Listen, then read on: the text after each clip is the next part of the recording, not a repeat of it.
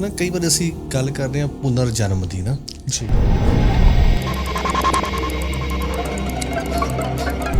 ਕਈ ਧਰਮ ਕਹਿ ਰਿਹਾ ਕਿ ਹੁੰਦਾ ਪੁਨਰ ਜਨਮ, ਕਈ ਕਹਿੰਦੇ ਕਿ ਨਹੀਂ ਹੁੰਦਾ ਹੈਗਾ ਨਾ। ਜੀ ਕਿ ਇਸਲਾਮ ਵਿੱਚ ਹੋਰ ਕ੍ਰਿਸਚੀਅਨਿਟੀ ਵਿੱਚ ਇਨਸਾਨ ਦੀ ਮ੍ਰਿਤਿੂ ਤੋਂ ਬਾਅਦ ਉਸ ਨੂੰ ਗਾੜ ਦਿੱਤਾ ਜਾਂਦਾ ਹੈ, ਕ੍ਰਿਮੇਸ਼ਨ ਨਹੀਂ ਹੁੰਦੀ ਉਹਦੀ ਬੋਡੀ ਦੀ। ਹਾਂਜੀ। ਔਰ ਇਹੀ ਦੋ ਮਤ ਦਾਵਾ ਕਰ ਰਹੇ ਨੇ ਕਿ ਜੂਨੀਆ ਦੀ ਪ੍ਰਕਿਰਿਆ ਨਹੀਂ ਹੈ। ਜੈਨ ਮਤ, ਬੌਧ ਮਤ, ਸਿੱਖ ਮਤ ਤੇ ਸਨਾਤਨ ਮਤ ਇਹ ਇਨਸਾਨ ਦੀ ਮ੍ਰਿਤਿੂ ਤੋਂ ਬਾਅਦ ਸਰੀਰ ਨੂੰ ਅਗਨ ਭੇਟ ਕਰ ਦਿੰਦੇ ਨੇ ਔਰ ਇਹ ਮਤ ਦਾਵਾ ਕਰ ਰਹੇ ਨੇ ਕਿ ਜੂਨੀਆ ਦੀ ਪ੍ਰਕਿਰਿਆ ਹੈ। ਜਿਵੇਂ ਹੁਣ ਕਈ ਜਿਵੇਂ ਕਹਿ ਲਓ ਵੀ ਖੱਡ 'ਚ ਡਿੱਗ ਗਏ ਕੋਈ ਲੋਕ ਹੈ ਨਾ, ਮਤਲਬ ਪਹਾੜ 'ਤੇ ਡਿੱਗ ਪਏ ਕਿਤੇ ਲੱਭੇ ਹੀ ਨਹੀਂ ਮੁੜ ਕੇ, ਨਾ ਸੰਸਕਾਰ ਹੋਇਆ ਉਹਨਾਂ ਦਾ ਅਤੇ ਨਾ ਹੀ ਉਹ ਕਿਤੇ ਇੱਧਰ ਉਹਨਾਂ ਨੂੰ ਦੱਬਿਆ ਕਿਤੇ। ਉਹਨਾਂ ਦੀ ਫਿਰ ਕੀ ਹੁੰਦਾ, ਕੁਛ ਉਹਨਾਂ ਦਾ ਕੀ ਹੁੰਦਾ? ਆਪਾਂ ਗੁਰਬਾਣੀ 'ਚ 84 ਲੱਖ ਜੂਨਾਂ ਦੀ ਗੱਲ ਕਰਦੇ ਹਾਂ ਕਿ ਸਾਨੂੰ ਮਨੁੱਖਾਂ 'ਤੇ ਹੀ ਮਿਲੀ ਹੈ, 84 ਲੱਖ ਜੂਨਾਂ ਤੋਂ ਬਾਅਦ ਮਿਲੀ ਹੈ ਸਾਨੂੰ। ਤਾਂ ਇਹ ਜੂਨੀਆਂ ਕਿੱਦਾਂ ਡਿਸਾਈਡ ਹੁੰਦੀਆਂ ਨੇ, ਕਿਸ ਤਰ੍ਹਾਂ ਇਹ ਕੁਦਰਤ ਡਿਸਾਈਡ ਕਰਦੀ ਹੈ ਕਿ ਆਹ ਜੂਨੀ ਆ ਇੱਦਾਂ ਹੋਏਗੀ, ਆ ਇੱਦਾਂ ਹੋਏਗੀ? ਇਨਸਾਨਾਂ ਦੇ ਮਨ ਵਿੱਚ ਹਾਂਜੀ ਕਨਫਿਊਜ਼ਨ ਹੈ ਕਿ ਜੂਨੀਆ ਦੀ ਪ੍ਰਕਿਰਿਆ ਹੈ ਕਿ ਨਹੀਂ। ਦੇਖੋ ਸੱਚਾਈ ਇਹ ਹੈ ਕਿ ਇਸ ਵੇਲੇ ਤੁਸੀਂ ਵੀ ਜੂਨੀਆ ਦੀ ਪ੍ਰਕਿਰਿਆ ਨੂੰ ਸਿਰਫ ਮੰਨਦੇ ਹੋ, ਜਾਣਦੇ ਨਹੀਂ ਹੋ। ਜਿਵੇਂ ਅਸੀਂ ਨਾ ਕਈ ਵਾਰ ਕਹਿ ਦਿੰਦੇ ਹਾਂ ਕਿ ਗਤੀ ਨਹੀਂ ਹੋਈ ਨਾ, ਗਤੀ ਕਰਾਉਂਦੇ ਆ ਕਈ ਵਾਰੀ ਕੋਈ ਨਾ ਕਿ ਆਤਮਾ ਭੜਕਦੀਆਂ ਰਹਿੰਦੀਆਂ ਨਹੀਂ ਤਾਂ। ਇਨਸਾਨ ਕੀ ਸੋਚਦਾ ਹੈ ਜਿਹੜੀ ਚੀਜ਼ ਮੈਂ ਵੇਖੀ ਨਹੀਂ ਉਹ ਹੈ ਹੀ ਨਹੀਂ। ਅਸੀਂ ਕਹਿੰਦੇ ਕਿ ਜਿਹੜੀ ਇਹ ਮਨੁੱਖਾਂ ਦੇ ਹੀ ਹੈ ਨਾ, ਇਹਦੇ ਵਿੱਚ ਹੀ ਅਸੀਂ ਜਿਹੜਾ ਮੁਕਤ ਹੋ ਸਕਦੇ, ਹੋਰ ਕੋਈ ਜੂਨੀ ਨਹੀਂ ਹੈਗੀ। ਉਹ ਕੀ ਕਨਸੈਪਟ ਹੈ ਜੀ ਕਿ ਇਸ ਕਿਵੇਂ ਮੁਕਤ ਹੋ ਸਕਦੇ ਹਾਂ ਅਸੀਂ?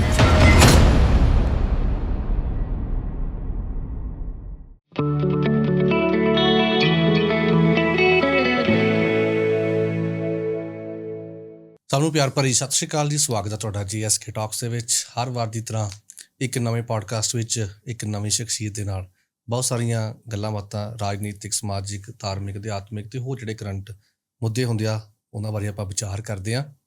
ਸੋ ਸਾਡਾ ਜਿਹੜਾ ਜ਼ਿਆਦਾ ਫੋਕਸ ਹੈਗਾ ਉਹ ਅਸੀਂ ਗੁਰੂ ਦੀ ਗੱਲ ਕਰਦੇ ਹਾਂ, ਗੁਰਬਾਣੀ ਦੀ ਗੱਲ ਕਰਦੇ ਹਾਂ, ਸ਼ਬਦ ਦੀ ਗੱਲ ਕਰਦੇ ਹਾਂ, ਮਨ ਦੀ ਕਰਦੇ ਹਾਂ, ਜੀਵਨ ਜਾਂਚ ਦੀ ਗੱਲ ਕਰਦੇ ਹਾਂ।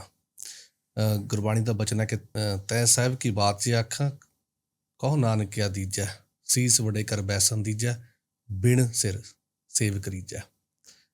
ਕਿ ਜਿਹੜਾ ਗੁਰਬਾਣੀ ਦੀ ਗੱਲ ਕਰ ਰਿਹਾ, ਜਿਹੜਾ ਸਾਨੂੰ ਜੀਵਨ ਜਾਂਚ ਦੀ ਗੱਲ ਕਰ ਰਿਹਾ, ਸਾਡੇ ਮਨ ਦੀ ਗੱਲ ਕਰ ਰਿਹਾ, ਸਾਨੂੰ ਜਿਉਣ ਦਾ ਢੰਗ ਦੱਸ ਰਿਹਾ, ਤਾਂ ਉਹਦੀ ਬਿਨਾਂ ਸਿਰ ਤੋਂ ਵੀ ਮੈਂ ਸੇਵਾ ਕਰਾਂ ਜਿਵੇਂ ਵੀ ਹੋ ਸਕੇ। ਇੱਦਾਂ ਦੀਆਂ ਗੱਲਾਂ ਬਾਤਾਂ ਅਸੀਂ ਅੱਜ ਵਿਚਾਰਾਂ ਜਿਹੜੀਆਂ ਸਾਂਝੀਆਂ ਕਰਾਂਗੇ। ਸਾਡੇ ਨਾਲ ਸਾਡੇ ਗੈਸਟ ਨੇ ਸਰਦਾਰ ਪੁਸ਼ਪਿੰਦਰ ਸਿੰਘ ਜੀ, ਉਹਨਾਂ ਨਾਲ ਗੱਲਬਾਤ ਕਰਾਂਗੇ। ਆਓ ਸਭ ਤੋਂ ਪਹਿਲਾਂ ਉਹਨਾਂ ਸਵਾਗਤ ਕਰਦੇ ਹਾਂ ਜੀ। ਵਾਹਿਗੁਰੂ ਜੀ ਕਾ ਖਾਲਸਾ, ਵਾਹਿਗੁਰੂ ਜੀ ਕਾ ਖਾਲਸਾ, ਵਾਹਿਗੁਰੂ ਜੀ ਕੀ ਫਤਿਹ। ਕੀ ਹਾਲ ਨੇ ਜੀ? ਸ਼ੁਕਰ ਹੈ ਸਰ, ਠਾਕੁਰ ਜੀ, ਕਿਰਪਾ। ਹਾਂਜੀ ਬਿਲਕੁਲ। ਜਿਸ ਤਰ੍ਹਾਂ ਮੈਂ ਹੁਣ ਕਿਹਾ ਕਿ ਅਸੀਂ ਜੀਵਨ ਜਾਂਚ ਦੀ ਗੱਲ ਕਰਾਂਗੇ ਜੀ, ਗੁਰੂ ਦੀ ਗੱਲ ਕਰਾਂਗੇ ਜੀ। ਅਸੀਂ ਗੁਰਬਾਣੀ 'ਚ ਜਪਜੀ ਸਾਹਿਬ ਤੋਂ ਲੈ ਕੇ ਜਦੋਂ ਸਵੇਰੇ ਨਿਤਨੇਮ ਕਰਦੇ ਹਾਂ, ਬਹੁਤ ਸਾਰੀਆਂ ਜਿਹੜੀਆਂ ਜੀਵਨ ਜਾਂਚ ਦੀਆਂ ਗੱਲਾਂ ਕਰਦੇ ਹਾਂ ਨਾ, ਤਾਂ ਸਟਾਰਟਿੰਗ ਤੋਂ ਹੀ ਜਿਹੜਾ ਜਿਵੇਂ ਹੁਣ ਮੂਲ ਮੰਤਰ ਤੋਂ ਲੈ ਕੇ ਜੀ ਪਵਨ ਗੁਰੂ ਪਾਣੀ ਪਿਤਾ ਤੱਕ ਜੀ ਜਪਜੀ ਸਾਹਿਬ ਦਾ ਪਾਠ ਕਰਦੇ ਹਾਂ ਅਤੇ ਅਨੇਕਾਂ ਹੀ ਗੱਲਾਂ ਉਹਦੇ ਵਿੱਚ ਆਉਂਦੀਆਂ ਨੇ ਜੀ। ਅਤੇ ਅਸੀਂ ਜੇ ਸਟਾਰਟਿੰਗ ਤੋਂ ਕਰੀਏ ਨਾ, ਕਈ ਵਾਰ ਅਸੀਂ ਗੱਲ ਕਰਦੇ ਹਾਂ ਪੁਨਰ ਜਨਮ ਦੀ ਨਾ ਜੀ, ਕਿ ਜੀ ਸਾਰਾ ਕੁਛ ਇਹ ਕਰਮਾਂ ਦਾ ਹੀ ਹੈਗਾ ਜੋ ਅਸੀਂ ਕੁਛ ਭੋਗ ਰਹੇ ਹਾਂ ਜੀ। ਕਈ ਧਰਮ ਕਹਿ ਰਿਹਾ ਕਿ ਹੁੰਦਾ ਪੁਨਰ ਜਨਮ, ਕਈ ਕਹਿੰਦੇ ਕਿ ਨਹੀਂ ਹੁੰਦਾ ਹੈਗਾ ਨਾ ਜੀ। ਗੁਰਬਾਣੀ ਅਨੁਸਾਰ ਜਾਂ ਵੈਸੇ ਧਰਮਾਂ ਦੇ ਅਨੁਸਾਰ ਕਿਸ ਤਰ੍ਹਾਂ ਤੁਸੀਂ ਇਹ ਚੀਜ਼ ਨੂੰ ਦੇਖਦੇ ਹੋਗੇ? ਦੇਖੋ ਇਹ ਜਿਹੜਾ ਕਨਫਿਊਜ਼ਨ ਹੈ, ਇੱਕ ਕਿਸਮ ਦਾ ਕਨਫਿਊਜ਼ਨ ਹੀ ਹੈ ਨਾ। ਅਗਰ ਮੰਨ ਲਓ ਕੋਈ ਇੱਕ ਬੰਦਾ ਹੈ ਜੀ, ਇੱਕ ਗਿਆਨੀ ਇੱਕ ਗੱਲ ਬੋਲਦਾ ਹੈ ਤੇ ਦੂਜਾ ਗਿਆਨੀ ਇੱਕਦਮ ਦੂਜੀ ਗੱਲ ਬੋਲ ਦਿੰਦਾ ਹੈ, ਤੇ ਬੰਦੇ ਨੂੰ ਨੈਚੁਰਲੀ ਕਨਫਿਊਜ਼ ਹੋ ਜਾਏਗਾ ਬੰਦਾ, ਨੈਚੁਰਲ। ਬਿਲਕੁਲ ਜੀ। ਹੁਣ ਇਸਲਾਮ ਮਤ ਤੇ ਕ੍ਰਿਸਚੀਅਨਿਟੀ ਇਹ ਬੋਲਦੀ ਹੈ ਕਿ ਜੂਨੀਆ ਦੀ ਪ੍ਰਕਿਰਿਆ ਨਹੀਂ ਹੈ ਅੱਛਾ ਜੀ। ਇੱਕਦਮ ਵਿਪਰੀਤ ਆਇਆ। ਤੇ ਸਿੱਖ ਮਤ, ਜੈਨ ਮਤ, ਬੌਧ ਮਤ ਤੇ ਸਨਾਤਨ ਮਤ ਇਹ ਬੋਲਦੇ ਨੇ ਕਿ ਜੂਨੀਆ ਦੀ ਪ੍ਰਕਿਰਿਆ ਹੈ ਵੇ ਜੀ। ਦੋਵੇਂ ਦਾਅਵੇ ਕਰ ਰਹੇ ਨੇ ਤੇ ਦੋਵੇਂ ਦਾਅਵੇ ਇੱਕ ਦੂਜੇ ਤੋਂ ਬਿਲਕੁਲ ਵਿਪਰੀਤ ਨੇ। ਇੱਕ ਹਾਂ ਬੋਲਦੇ ਨੇ, ਇੱਕ ਨਾ ਬੋਲਦੇ ਨੇ। ਅੱਛਾ ਜੀ। ਸਭ ਤੋਂ ਪਹਿਲੇ ਤਾਂ ਸਾਨੂੰ ਇਹ ਵੇਖਣਾ ਪਏਗਾ ਕਿ ਆਪਾਂ ਕਿਹੜੇ ਆਯਾਮ 'ਚ ਰਹਿ ਰਹੇ। ਆਪਾਂ ਰਹਿ ਹੀ ਰਹੇ ਹਾਂ ਦਵੈ ਦੇ ਆਯਾਮ 'ਚ। ਦਿਨ ਹੈ, ਹਾਂਜੀ, ਰਾਤ ਹੈ, ਵਿਪਰੀਤ ਹੈ ਨਾ, ਬਿਲਕੁਲ, ਲੇਕਿਨ ਦੋਵੇਂ ਹੈ। ਹਾਂਜੀ, ਦੋਵੇਂ ਹੈ ਜੀ। ਸੁੱਖ ਹੈ, ਦੁੱਖ ਹੈ, ਵਿਪਰੀਤ ਨੇ। ਦੋਵੇਂ ਸੱਚ ਨੇ, ਦੋਵੇਂ ਹੈ ਨੇ, ਕਿਉਂਕਿ ਦੋਵੇਂ ਦੀ ਵਾਸਤਵਿਕਤਾ ਹੈ। ਹਾਂਜੀ, ਹਾਂ। ਇਨਸਾਨ ਦੀ ਜਿਹੜੀ ਬੁੱਧੀ ਹੈ ਨਾ, ਹਾਂਜੀ, ਉਹ ਬਹੁਤ ਲਿਮਿਟਿਡ ਹੋ ਚੁੱਕੀ ਹੈ, ਜਿਸ ਨੂੰ ਸਾਈਕੋਲੋਜੀ ਵਿੱਚ ਬਾਇਸਨੈਸ ਬੋਲਦੇ ਨੇ ਜਾਂ ਫਿਰ ਅਨਕੌਂਸ਼ੀਅਸ ਬਾਇਸ ਬੋਲਦੇ ਨੇ। ਮਤਲਬ ਇਨਸਾਨ ਕੀ ਹੈ ਨਾ, ਉਸਨੂੰ ਇੱਕ ਚੀਜ਼ ਦਾ ਅਨੁਭਵ ਹੋਏਗਾ ਜਾਂ ਫਿਰ ਉਹ ਇੱਕ ਚੀਜ਼ ਨੂੰ ਮੰਨਦਾ ਹੋਵੇਗਾ। ਹਾਂਜੀ, ਬਿਲਕੁਲ। ਉਹ ਉਸੇ ਨੂੰ ਹੀ ਮੰਨਦਾ ਰਹੇਗਾ। ਔਰ ਕੋਈ ਹੋਰ ਬੰਦਾ ਹੈ ਜਿਸ ਨੂੰ ਹੋਰ ਕਿਸੇ ਚੀਜ਼ ਦਾ ਅਨੁਭਵ ਹੈ। ਹਾਂਜੀ, ਉਹਦੀ ਮਾਨਤਾ ਹੋਰ ਕਿਸੇ ਚੀਜ਼ ਵਿੱਚ ਹੈ। ਇਹ ਇਨਸਾਨ ਉਸ ਇਨਸਾਨ ਦੀ ਚੀਜ਼ ਨੂੰ ਨਹੀਂ ਮੰਨੇਗਾ। ਹਾਂਜੀ, ਸਿਰਫ ਇੱਕੋ ਹੀ ਚੀਜ਼ ਨੂੰ ਮੰਨੇਗਾ। ਇਸ ਨੂੰ ਬੋਲਦੇ ਨੇ ਬਾਇਸਨੈਸ ਜੀ, ਲਿਮਿਟਿਡ ਮਾਈਂਡਸੈਟ। ਉਹ ਇਨਸਾਨ ਦਾ ਸੁਭਾਅ ਹੈ। ਹਾਂਜੀ, ਇਹ ਦਰਅਸਲ ਅਹੰਕਾਰ ਦਾ ਸੁਭਾਅ ਹੈ ਜੀ। ਅਹੰਕਾਰ ਕਰਦਾ ਕੀ ਹੈ ਨਾ ਕਿ ਜਿਹੜੀ ਵੀ ਚੀਜ਼ ਜਿਸਮ ਦੇ ਨੇੜੇ ਰਹੇ ਉਸ ਚੀਜ਼ ਨਾਲ ਜੁੜ ਜਾਏਗਾ। ਉਦਾਹਰਣ ਦੇਣਾ ਮੈਂ ਤੁਹਾਨੂੰ ਜੀ। ਹੁਣ ਮੈਂ ਬੋਲਣਾ ਹੈ ਜਿਸਮ ਕਿਹਦਾ ਹੈ, ਮੇਰਾ ਹੈ। ਧਿਆਨ ਦਵੋਗੇ ਇਹ ਮੇਰਾ ਬੋਲਣੇ ਵਾਲਾ ਹੈ ਕੌਣ? ਅਹੰਕਾਰ। ਅਹੰਕਾਰ ਦਾਵਾ ਕਰ ਰਿਹਾ ਹੈ ਕਿ ਇਹ ਮੇਰਾ ਹੈ। ਮੇਰਾ ਘਰ ਹੈ, ਆਟੋਮੈਟਿਕਲੀ ਨਿਕਲ ਗਿਆ। ਦੇਖੋ, ਮੇਰਾ ਘਰ ਕਿਸਨੇ ਦਾਵਾ ਕੀਤਾ? ਅਹੰਕਾਰ ਨੇ ਦਾਵਾ ਕੀਤਾ। ਇਸ ਵੇਲੇ ਬੋਲ ਕੌਣ ਰਿਹਾ? ਮੈਂ ਬੋਲ ਰਿਹਾ। ਫਿਰ ਅਹੰਕਾਰ ਦਾ ਹੀ ਦਾਵਾ ਆਇਆ। ਅਹੰਕਾਰ ਦਾ ਹੀ ਦਾਵਾ ਆਇਆ। ਠੀਕ ਉਸੇ ਤਰੀਕੇ ਤੋਂ ਅਗਰ ਜਾਣਕਾਰੀ ਹੈ ਜਾਂ ਮਾਨਤਾ ਹੈ, ਕਿਹਦੀ ਮਾਨਤਾ ਹੈ? ਮੇਰੀ ਹੈ। ਹੋ ਕੀ ਰਿਹਾ? ਅਹੰਕਾਰ ਇਹਦੇ ਨਾਲ ਵੀ ਜੁੜ ਰਿਹਾ। ਜਦ ਅਹੰਕਾਰ ਇੱਕ ਮਾਨਤਾ ਨਾਲ ਆਪਣੇ ਆਪ ਨੂੰ ਜੋੜ ਲੈਂਦਾ ਹੈ ਨਾ ਪੂਰੀ ਤਰੀਕੇ ਤੋਂ, ਤਾਂ ਦੂਜੀ ਮਾਨਤਾ ਨਾਲ ਜੋੜਨ ਲਈ ਇਨਕਾਰੀ ਹੋ ਜਾਂਦਾ, ਨਹੀਂ ਜੁੜਦਾ। ਨਹੀਂ, ਬਿਲਕੁਲ। ਇਹੀ ਲਿਮਿਟਿਡ ਮਾਈਂਡਸੈਟ ਕ੍ਰੀਏਟ ਕਰਦਾ ਹੈ। ਹੁੰਦਾ ਕੀ ਹੈ ਇਹਦੇ ਪਿੱਛੇ ਦਾ ਕਾਰਨ ਕੀ ਮੈਂ ਦੱਸਣਾ। ਮਨ ਵਿੱਚ ਗਿਆਨ ਵੀ ਵਸਿਆ। ਹਰ ਇੱਕ ਇਨਸਾਨ, ਹਰ ਇੱਕ ਇਨਸਾਨ ਦੇ ਮਨ ਵਿੱਚ ਗਿਆਨ ਵੀ ਵਸਿਆ ਤੇ ਅਹੰਕਾਰ ਵੀ ਵਸਿਆ। ਤਾਈ ਕਰਕੇ ਮੈਂ ਦਾ ਭਾਵ ਹੈ, ਮੇਰਾ ਦਾ ਭਾਵ ਹੈ ਔਰ ਨੈਚੁਰਲ ਹੈ। ਹਰ ਇੱਕ ਇਨਸਾਨ ਦੇ ਅੰਦਰ ਅਹੰਕਾਰ ਹੈ। ਅਹੰਕਾਰ ਨਾ ਰਹੇ ਤਾਂ ਫਿਰ ਅਨਲ ਹੱਕ, ਤੂੰ ਕਰਤਾ, ਤੂੰ ਹੁਆ, ਸਿਰਫ ਤੂੰ ਹੀ ਰਹਿ ਜਾਏਗਾ। ਮੈਂ ਰਹਿ ਹੀ ਨਹੀਂ ਜਾਵਾਂਗਾ ਕਿਉਂਕਿ ਮੈਂ ਹੀ ਨਹੀਂ ਨਾ। ਮੈਂ ਦੀ ਉਪਜ ਅਹੰਕਾਰ ਤੋਂ ਹੈ। ਅਹੰਕਾਰ ਹੀ ਨਹੀਂ ਤਾਂ ਮੈਂ ਦਾ ਭਾਵ ਹੀ ਨਹੀਂ। ਮੈਂ ਦਾ ਭਾਵ ਹੀ ਨਹੀਂ ਤਾਂ ਫਿਰ ਤੂੰ ਹੀ ਰਾਈਟ। ਤੇ ਅਹੰਕਾਰ ਕਰਦਾ ਕੀ ਹੈ ਕਿ ਅਹੰਕਾਰ ਬਹੁਤਾਤ ਤਲ ਤੇ ਮਨ ਉੱਤੇ ਕਬਜ਼ਾ ਕਰਕੇ ਬਹਿ ਜਾਂਦਾ ਹੈ। ਉਹ ਮਨ ਦਰਅਸਲ ਗਿਆਨ ਦੀ ਜਾਗੀਰ ਹੈ। ਇਹ ਗਿਆਨ ਦਾ ਘਰ ਹੈ। ਦਰਅਸਲ ਅਹੰਕਾਰ ਬਸ ਆਪਣਾ ਕਬਜ਼ਾ ਜਮਾ ਕੇ ਬੈਠਿਆ ਹੈ। ਜ਼ਿਆਦਾਤਰ ਜਿਹੜੀ ਜਾਣਕਾਰੀ ਸਾਡੇ ਮਨ ਵਿੱਚ ਵਸੀ ਹੁੰਦੀ ਹੈ ਔਰ ਜਿਹੜੀ ਜਾਣਕਾਰੀ ਸਾਨੂੰ ਯਾਦ ਹੁੰਦੀ ਹੈ, ਉਹ ਮੈਕਸਿਮਮ ਤਲ 'ਚ 2 ਜਾਂ 3% ਸਾਨੂੰ ਯਾਦ ਹੁੰਦੀ ਹੈ। ਇਹਦਾ ਮਤਲਬ ਆ ਹੈ ਲਗਭਗ 98 ਜਾਂ 97% ਅਹੰਕਾਰ ਦਾ ਕਬਜ਼ਾ ਹੈ ਮਨ ਤੇ। ਹੋਰ ਮਨ ਜਿਹੜਾ ਇਹ ਕਬਜ਼ਾ ਹੈ ਨਾ, ਇਹ ਕਬਜ਼ਾ ਛੱਡਣਾ ਨਹੀਂ ਚਾਹੁੰਦਾ। ਠੀਕ, ਮੰਨ ਲਵੋ ਮੈਂ ਇੱਕ ਨਵੀਂ ਕਿਸਮ ਦੀ ਜਾਣਕਾਰੀ ਕਬੂਲ ਕਰ ਲਵਾਂ ਜੀ ਤਾਂ ਨੈਚੁਰਲੀ ਗਿਆਨ ਦਾ ਸਤਰ ਵੱਧ ਜਾਵੇਗਾ। ਗਿਆਨ ਦਾ ਸਤਰ ਵਧੇਗਾ ਤਾਂ ਫਿਰ ਅਹੰਕਾਰ ਦਾ ਸਤਰ ਆਪਣੇ ਆਪ ਘਟ ਜਾਵੇਗਾ। ਹਾਂਜੀ ਰਾਈਟ। ਅਹੰਕਾਰ ਦਾ ਸਤਰ ਅਗਰ ਘਟ ਜਾਵੇਗਾ, ਇਹਦਾ ਮਤਲਬ ਆ ਹੈ ਅਹੰਕਾਰ ਨੂੰ ਆਪਾਂ ਇਸ ਘਰ ਤੋਂ ਬੇਘਰ ਕਰ ਰਹੇ ਹਾਂ। ਔਰ ਅਹੰਕਾਰ ਬੇਘਰ ਹੋਏਗਾ ਤਾਂ ਅਹੰਕਾਰ ਨੂੰ ਪਤਾ ਉਹਦੀ ਮ੍ਰਿਤਿੂ ਹੋ ਜਾਵੇਗੀ। ਔਰ ਅਹੰਕਾਰ ਮਰਨਾ ਨਹੀਂ ਚਾਹੁੰਦਾ, ਤਾਈ ਕਰਕੇ ਗਿਆਨ ਨੂੰ ਵਧਣ ਦੀ ਇਜਾਜ਼ਤ ਹੀ ਨਹੀਂ ਦਿੰਦਾ। ਕਿਉਂਕਿ ਅਗਰ ਗਿਆਨ ਵਧੇਗਾ ਤਾਂ ਉਹ ਬੇਘਰ ਹੋਏਗਾ, ਬੇਘਰ ਹੋਏਗਾ ਤਾਂ ਉਹਦੀ ਮ੍ਰਿਤਿੂ ਹੋ ਜਾਏਗੀ। ਜੇਕਰ ਆਪਾਂ ਸਾਨੂੰ ਵੀ ਜੀਣ ਲਈ ਰੋਟੀ, ਕੱਪੜਾ ਤੇ ਮਕਾਨ ਦੀ ਲੋੜ ਹੈ ਨਾ। ਹਾਂਜੀ ਹਾਂ। ਮਕਾਨ ਨਾ ਰਹੇ ਤਾਂ ਜੀਣਾ ਬੜਾ ਔਖਾ ਹੈ। ਬਿਲਕੁਲ। ਮ੍ਰਿਤਿੂ ਦੀ ਬਹੁਤ ਵੱਡੀ ਸੰਭਾਵਨਾ ਹੈ। ਠੀਕ ਉਸੇ ਤਰੀਕੇ ਤੋਂ ਅਹੰਕਾਰ ਵੀ ਆਪਣੇ ਆਪ ਵਿੱਚ ਇੱਕ ਜੀਵ ਹੀ ਹੈ। ਉਹ ਵੀ ਜ਼ਿੰਦਾ ਰਹਿਣਾ ਚਾਹੁੰਦਾ ਹੈ। ਉਹ ਜ਼ਿੰਦਾ ਰਹਿਣ ਲਈ ਇਸ ਨਾਜਾਇਜ਼ ਕਬਜ਼ੇ ਨੂੰ ਇੰਟੈਕਟ ਰੱਖਣਾ ਚਾਹੁੰਦਾ ਹੈ। ਤਾਈ ਕਰਕੇ ਨਵੀਂ ਗੱਲ ਕਬੂਲ ਕਰਨ ਦੀ ਇਜਾਜ਼ਤ ਨਹੀਂ ਦਿੰਦਾ ਅਹੰਕਾਰ। ਭਾਵ ਪੈਦਾ ਕਰਦਾ ਹੈ ਨਾ। ਇਨਸਾਨ ਕਦ ਨਹੀਂ ਕਬੂਲ ਕਰੇਗਾ ਨਵੀਂ ਗੱਲ ਨੂੰ, ਨਵੀਂ ਜਾਣਕਾਰੀ ਨੂੰ। ਕੀ ਭਾਵ ਹੁੰਦਾ ਉਹਦੇ ਪਿੱਛੇ? ਮੈਂ ਜਾਣਦਾ, ਮੈਨੂੰ ਪਤਾ ਇਹ ਭਾਵ ਅਹੰਕਾਰ ਹੀ ਹੈ। ਅਹੰਕਾਰ ਹੀ ਇਹਦਾ ਮਤਲਬ ਅਹੰਕਾਰ ਹੀ ਨਵੀਂ ਜਾਣਕਾਰੀ ਨੂੰ ਕਬੂਲ ਕਰਨ ਦੀ ਇਜਾਜ਼ਤ ਨਹੀਂ ਦੇ ਰਿਹਾ। ਰਾਈਟ। ਕਿਉਂਕਿ ਅਹੰਕਾਰ ਮਰਨਾ ਨਹੀਂ ਚਾਹੁੰਦਾ। ਲੇਕਿਨ ਆਪਾਂ ਅਗਰ ਧਿਆਨ ਦਈਏ ਨਾ, ਆਪਾਂ ਦਵੈ ਦੇ ਆਯਾਮ ਵਿੱਚ ਰਹਿ ਰਹੇ ਹਾਂ, ਜਿੱਥੇ ਉਹ ਵੀ ਗੱਲ ਸੱਚ ਹੈ, ਉਹਦੇ ਠੀਕ ਵਿਪਰੀਤ ਇਹ ਵੀ ਗੱਲ ਸੱਚ ਹੈ। ਬਸ ਗੱਲ ਇੰਨੀ ਜੀ ਹੈ ਕਿ ਆਪਾਂ ਜਾਂ ਫਿਰ ਇੱਕ ਆਯਾਮ ਦਾ ਅਨੁਭਵ ਕਰ ਚੁੱਕੇ ਹਾਂ ਜਾਂ ਫਿਰ ਇੱਕ ਆਯਾਮ ਵਿੱਚ ਮੰਨਨੇ ਹਾਂ ਔਰ ਉਸ ਆਯਾਮ ਨਾਲ ਅਹੰਕਾਰ ਜੁੜ ਚੁੱਕਿਆ ਹੈ, ਜਿਹਦੇ ਕਾਰਨ ਦੂਜੇ ਆਯਾਮ ਨੂੰ ਕਬੂਲਣ ਨੂੰ ਤਿਆਰ ਨਹੀਂ ਅਹੰਕਾਰ। ਇਹਦਾ ਮਤਲਬ ਆ ਹੈ ਕਿ ਦੋਵੇਂ ਵਿਪਰੀਤ ਗੱਲਾਂ। ਜਿਹੜੀ ਕ੍ਰਿਸਚੈਨਿਟੀ ਤੇ ਇਸਲਾਮ ਬੋਲਦਾ ਹੈ ਕਿ ਜੂਨੀਆ ਦੀ ਪ੍ਰਕਿਰਿਆ ਨਹੀਂ, ਉਹ ਸੱਚ ਹੈ। ਅੱਛਾ। ਹੋਰ ਸਿੱਖ ਮਤ, ਜੈਨ ਮਤ, ਬੌਧ ਮਤ, ਸਨਾਤਨ ਮਤ ਜਿਹੜੇ ਬੋਲਦੇ ਨੇ ਕਿ ਜੂਨੀਆ ਦੀ ਪ੍ਰਕਿਰਿਆ ਹੈ, ਉਹ ਵੀ ਸੱਚ ਹੈ। ਅੱਛਾ।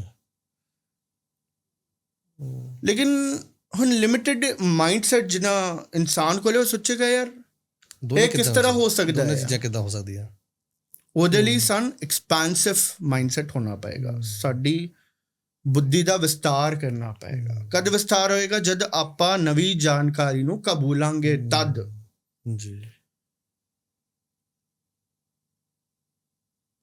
ਅਗਰ ਤੁਸੀਂ ਧਿਆਨ ਦੇਵੋਗੇ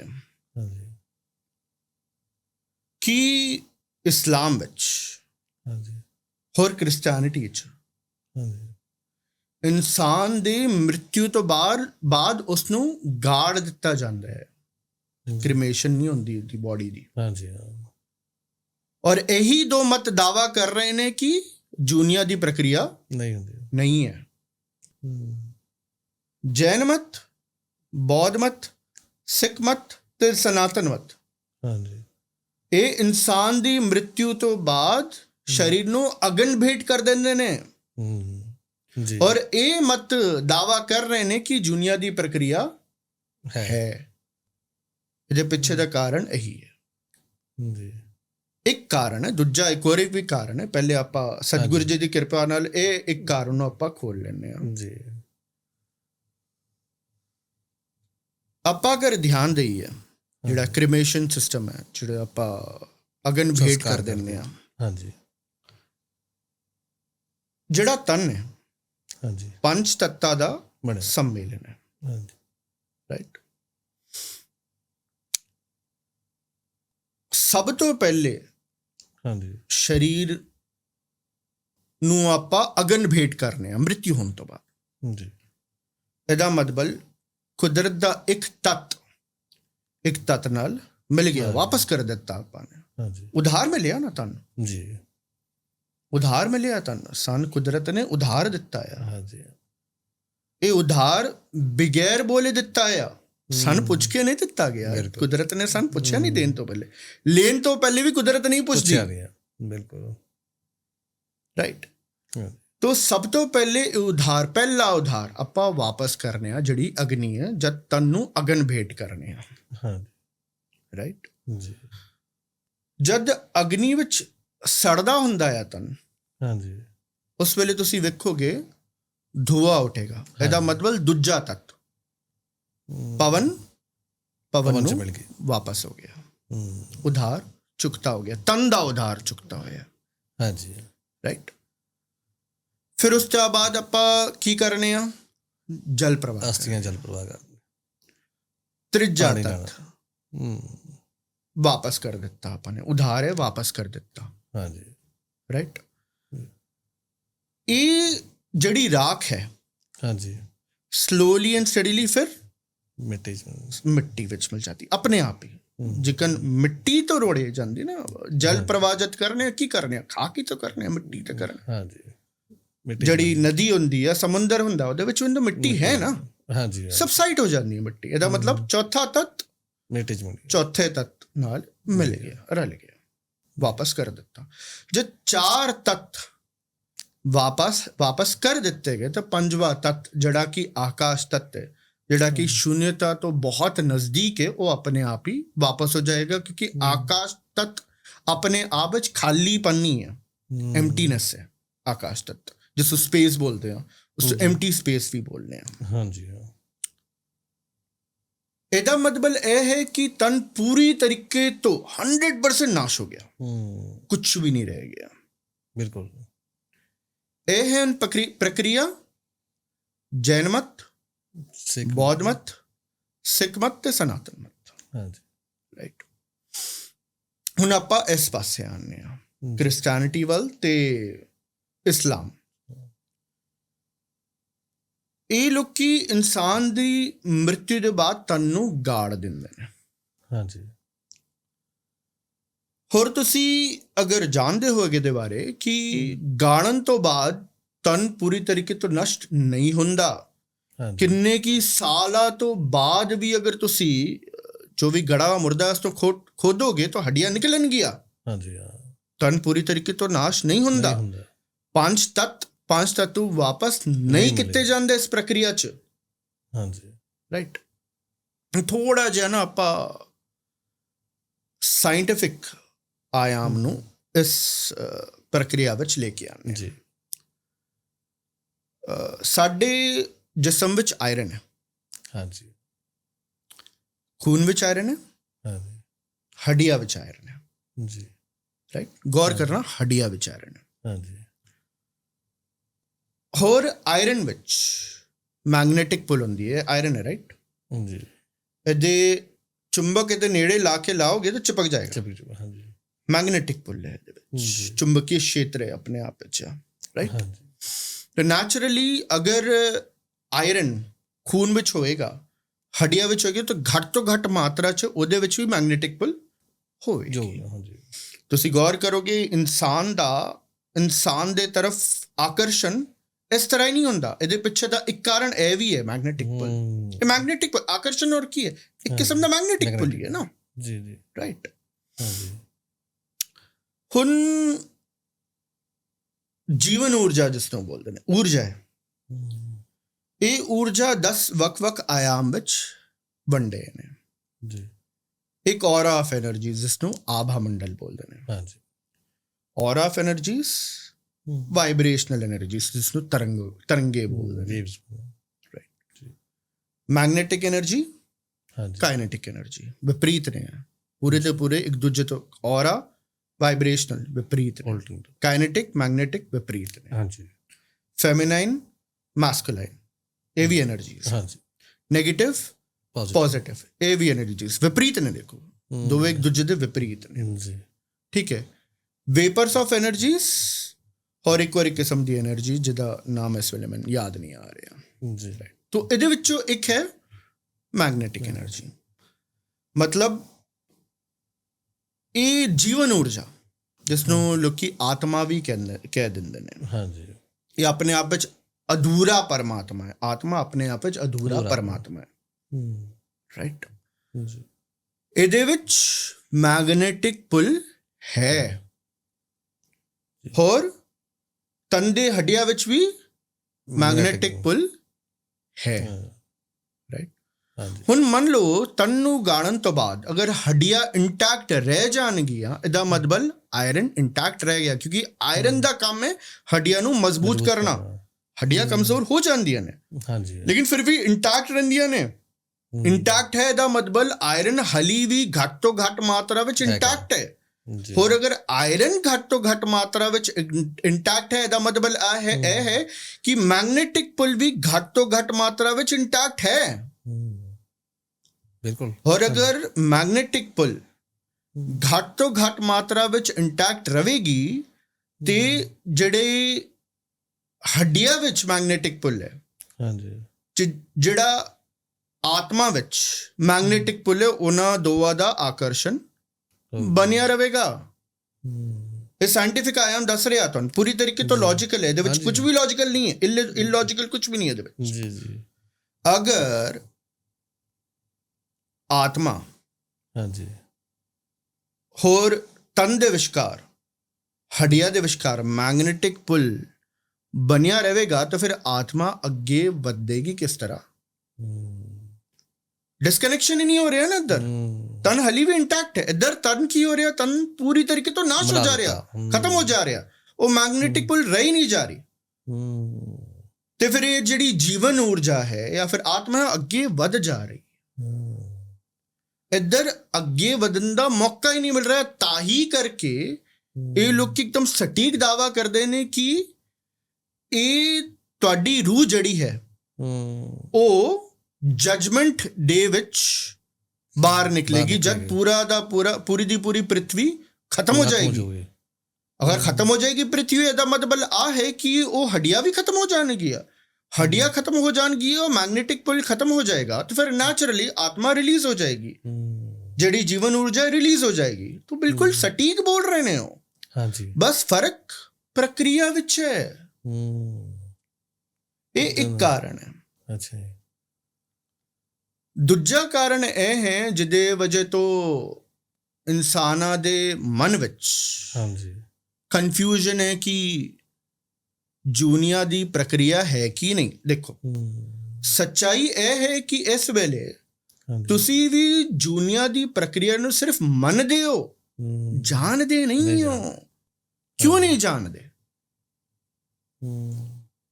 ਯਾਦਾਸ਼ਤ ਜਾ ਚੁੱਕੀ ਹੈ। ਮੰਨ ਲਵੋ ਪਿਛਲੇ ਜਨਮ ਦੀ ਯਾਦਾਸ਼ਤ ਔਰ ਤੁਹਾਡੇ ਕੋਲ ਇਸ ਵੇਲੇ ਇੰਟੈਕਟ ਹੁੰਦੀ ਤਾਂ ਫਿਰ ਕਨਫਿਊਜ਼ਨ ਨਹੀਂ ਹੁੰਦਾ ਸੀ, ਤੁਹਾਨੂੰ ਮੰਨਣ ਦੀ ਲੋੜ ਨਹੀਂ ਹੁੰਦੀ ਸੀ, ਕਿਉਂਕਿ ਤੁਸੀਂ ਜਾਣਦੇ ਹੁੰਦੇ ਸੀ। ਜਾਜ਼ਤ ਰਹਿਣੀ ਸੀ। ਇਨਸਾਨ ਮੰਨਦਾ ਕਰਦਾ ਜਦ ਜਾਣਦਾ ਨਹੀਂ। ਜਦ ਜਾਣ ਲੈਂਦਾ ਹੈ ਉਸ ਵੇਲੇ ਮੰਨਣ ਦੀ ਲੋੜ ਰਹਿ ਨਹੀਂ ਜਾਂਦੀ। ਰਾਈਟ ਜੀ। ਇਹ ਇੱਕ ਹੋਰ ਕਾਰਨ ਹੈ ਜਿਹਦੇ ਵਜ੍ਹਾ ਤੋਂ ਇਨਸਾਨਾਂ ਦੇ ਮਨ ਵਿੱਚ ਕਨਫਿਊਜ਼ਨ ਹੈ, ਕਿਉਂਕਿ ਪਿਛਲੇ ਜਨਮ ਦੀ ਯਾਦਾਸ਼ਤ ਹੀ ਨਹੀਂ, ਜਿਹਦੇ ਕਾਰਨ ਪਿਛਲੇ ਜਨਮ ਦੇ ਜਿੰਨੇ ਰਿਸ਼ਤੇਦਾਰ ਸੀ ਉਹਦੀ ਵੀ ਯਾਦਾਸ਼ਤ ਨਹੀਂ।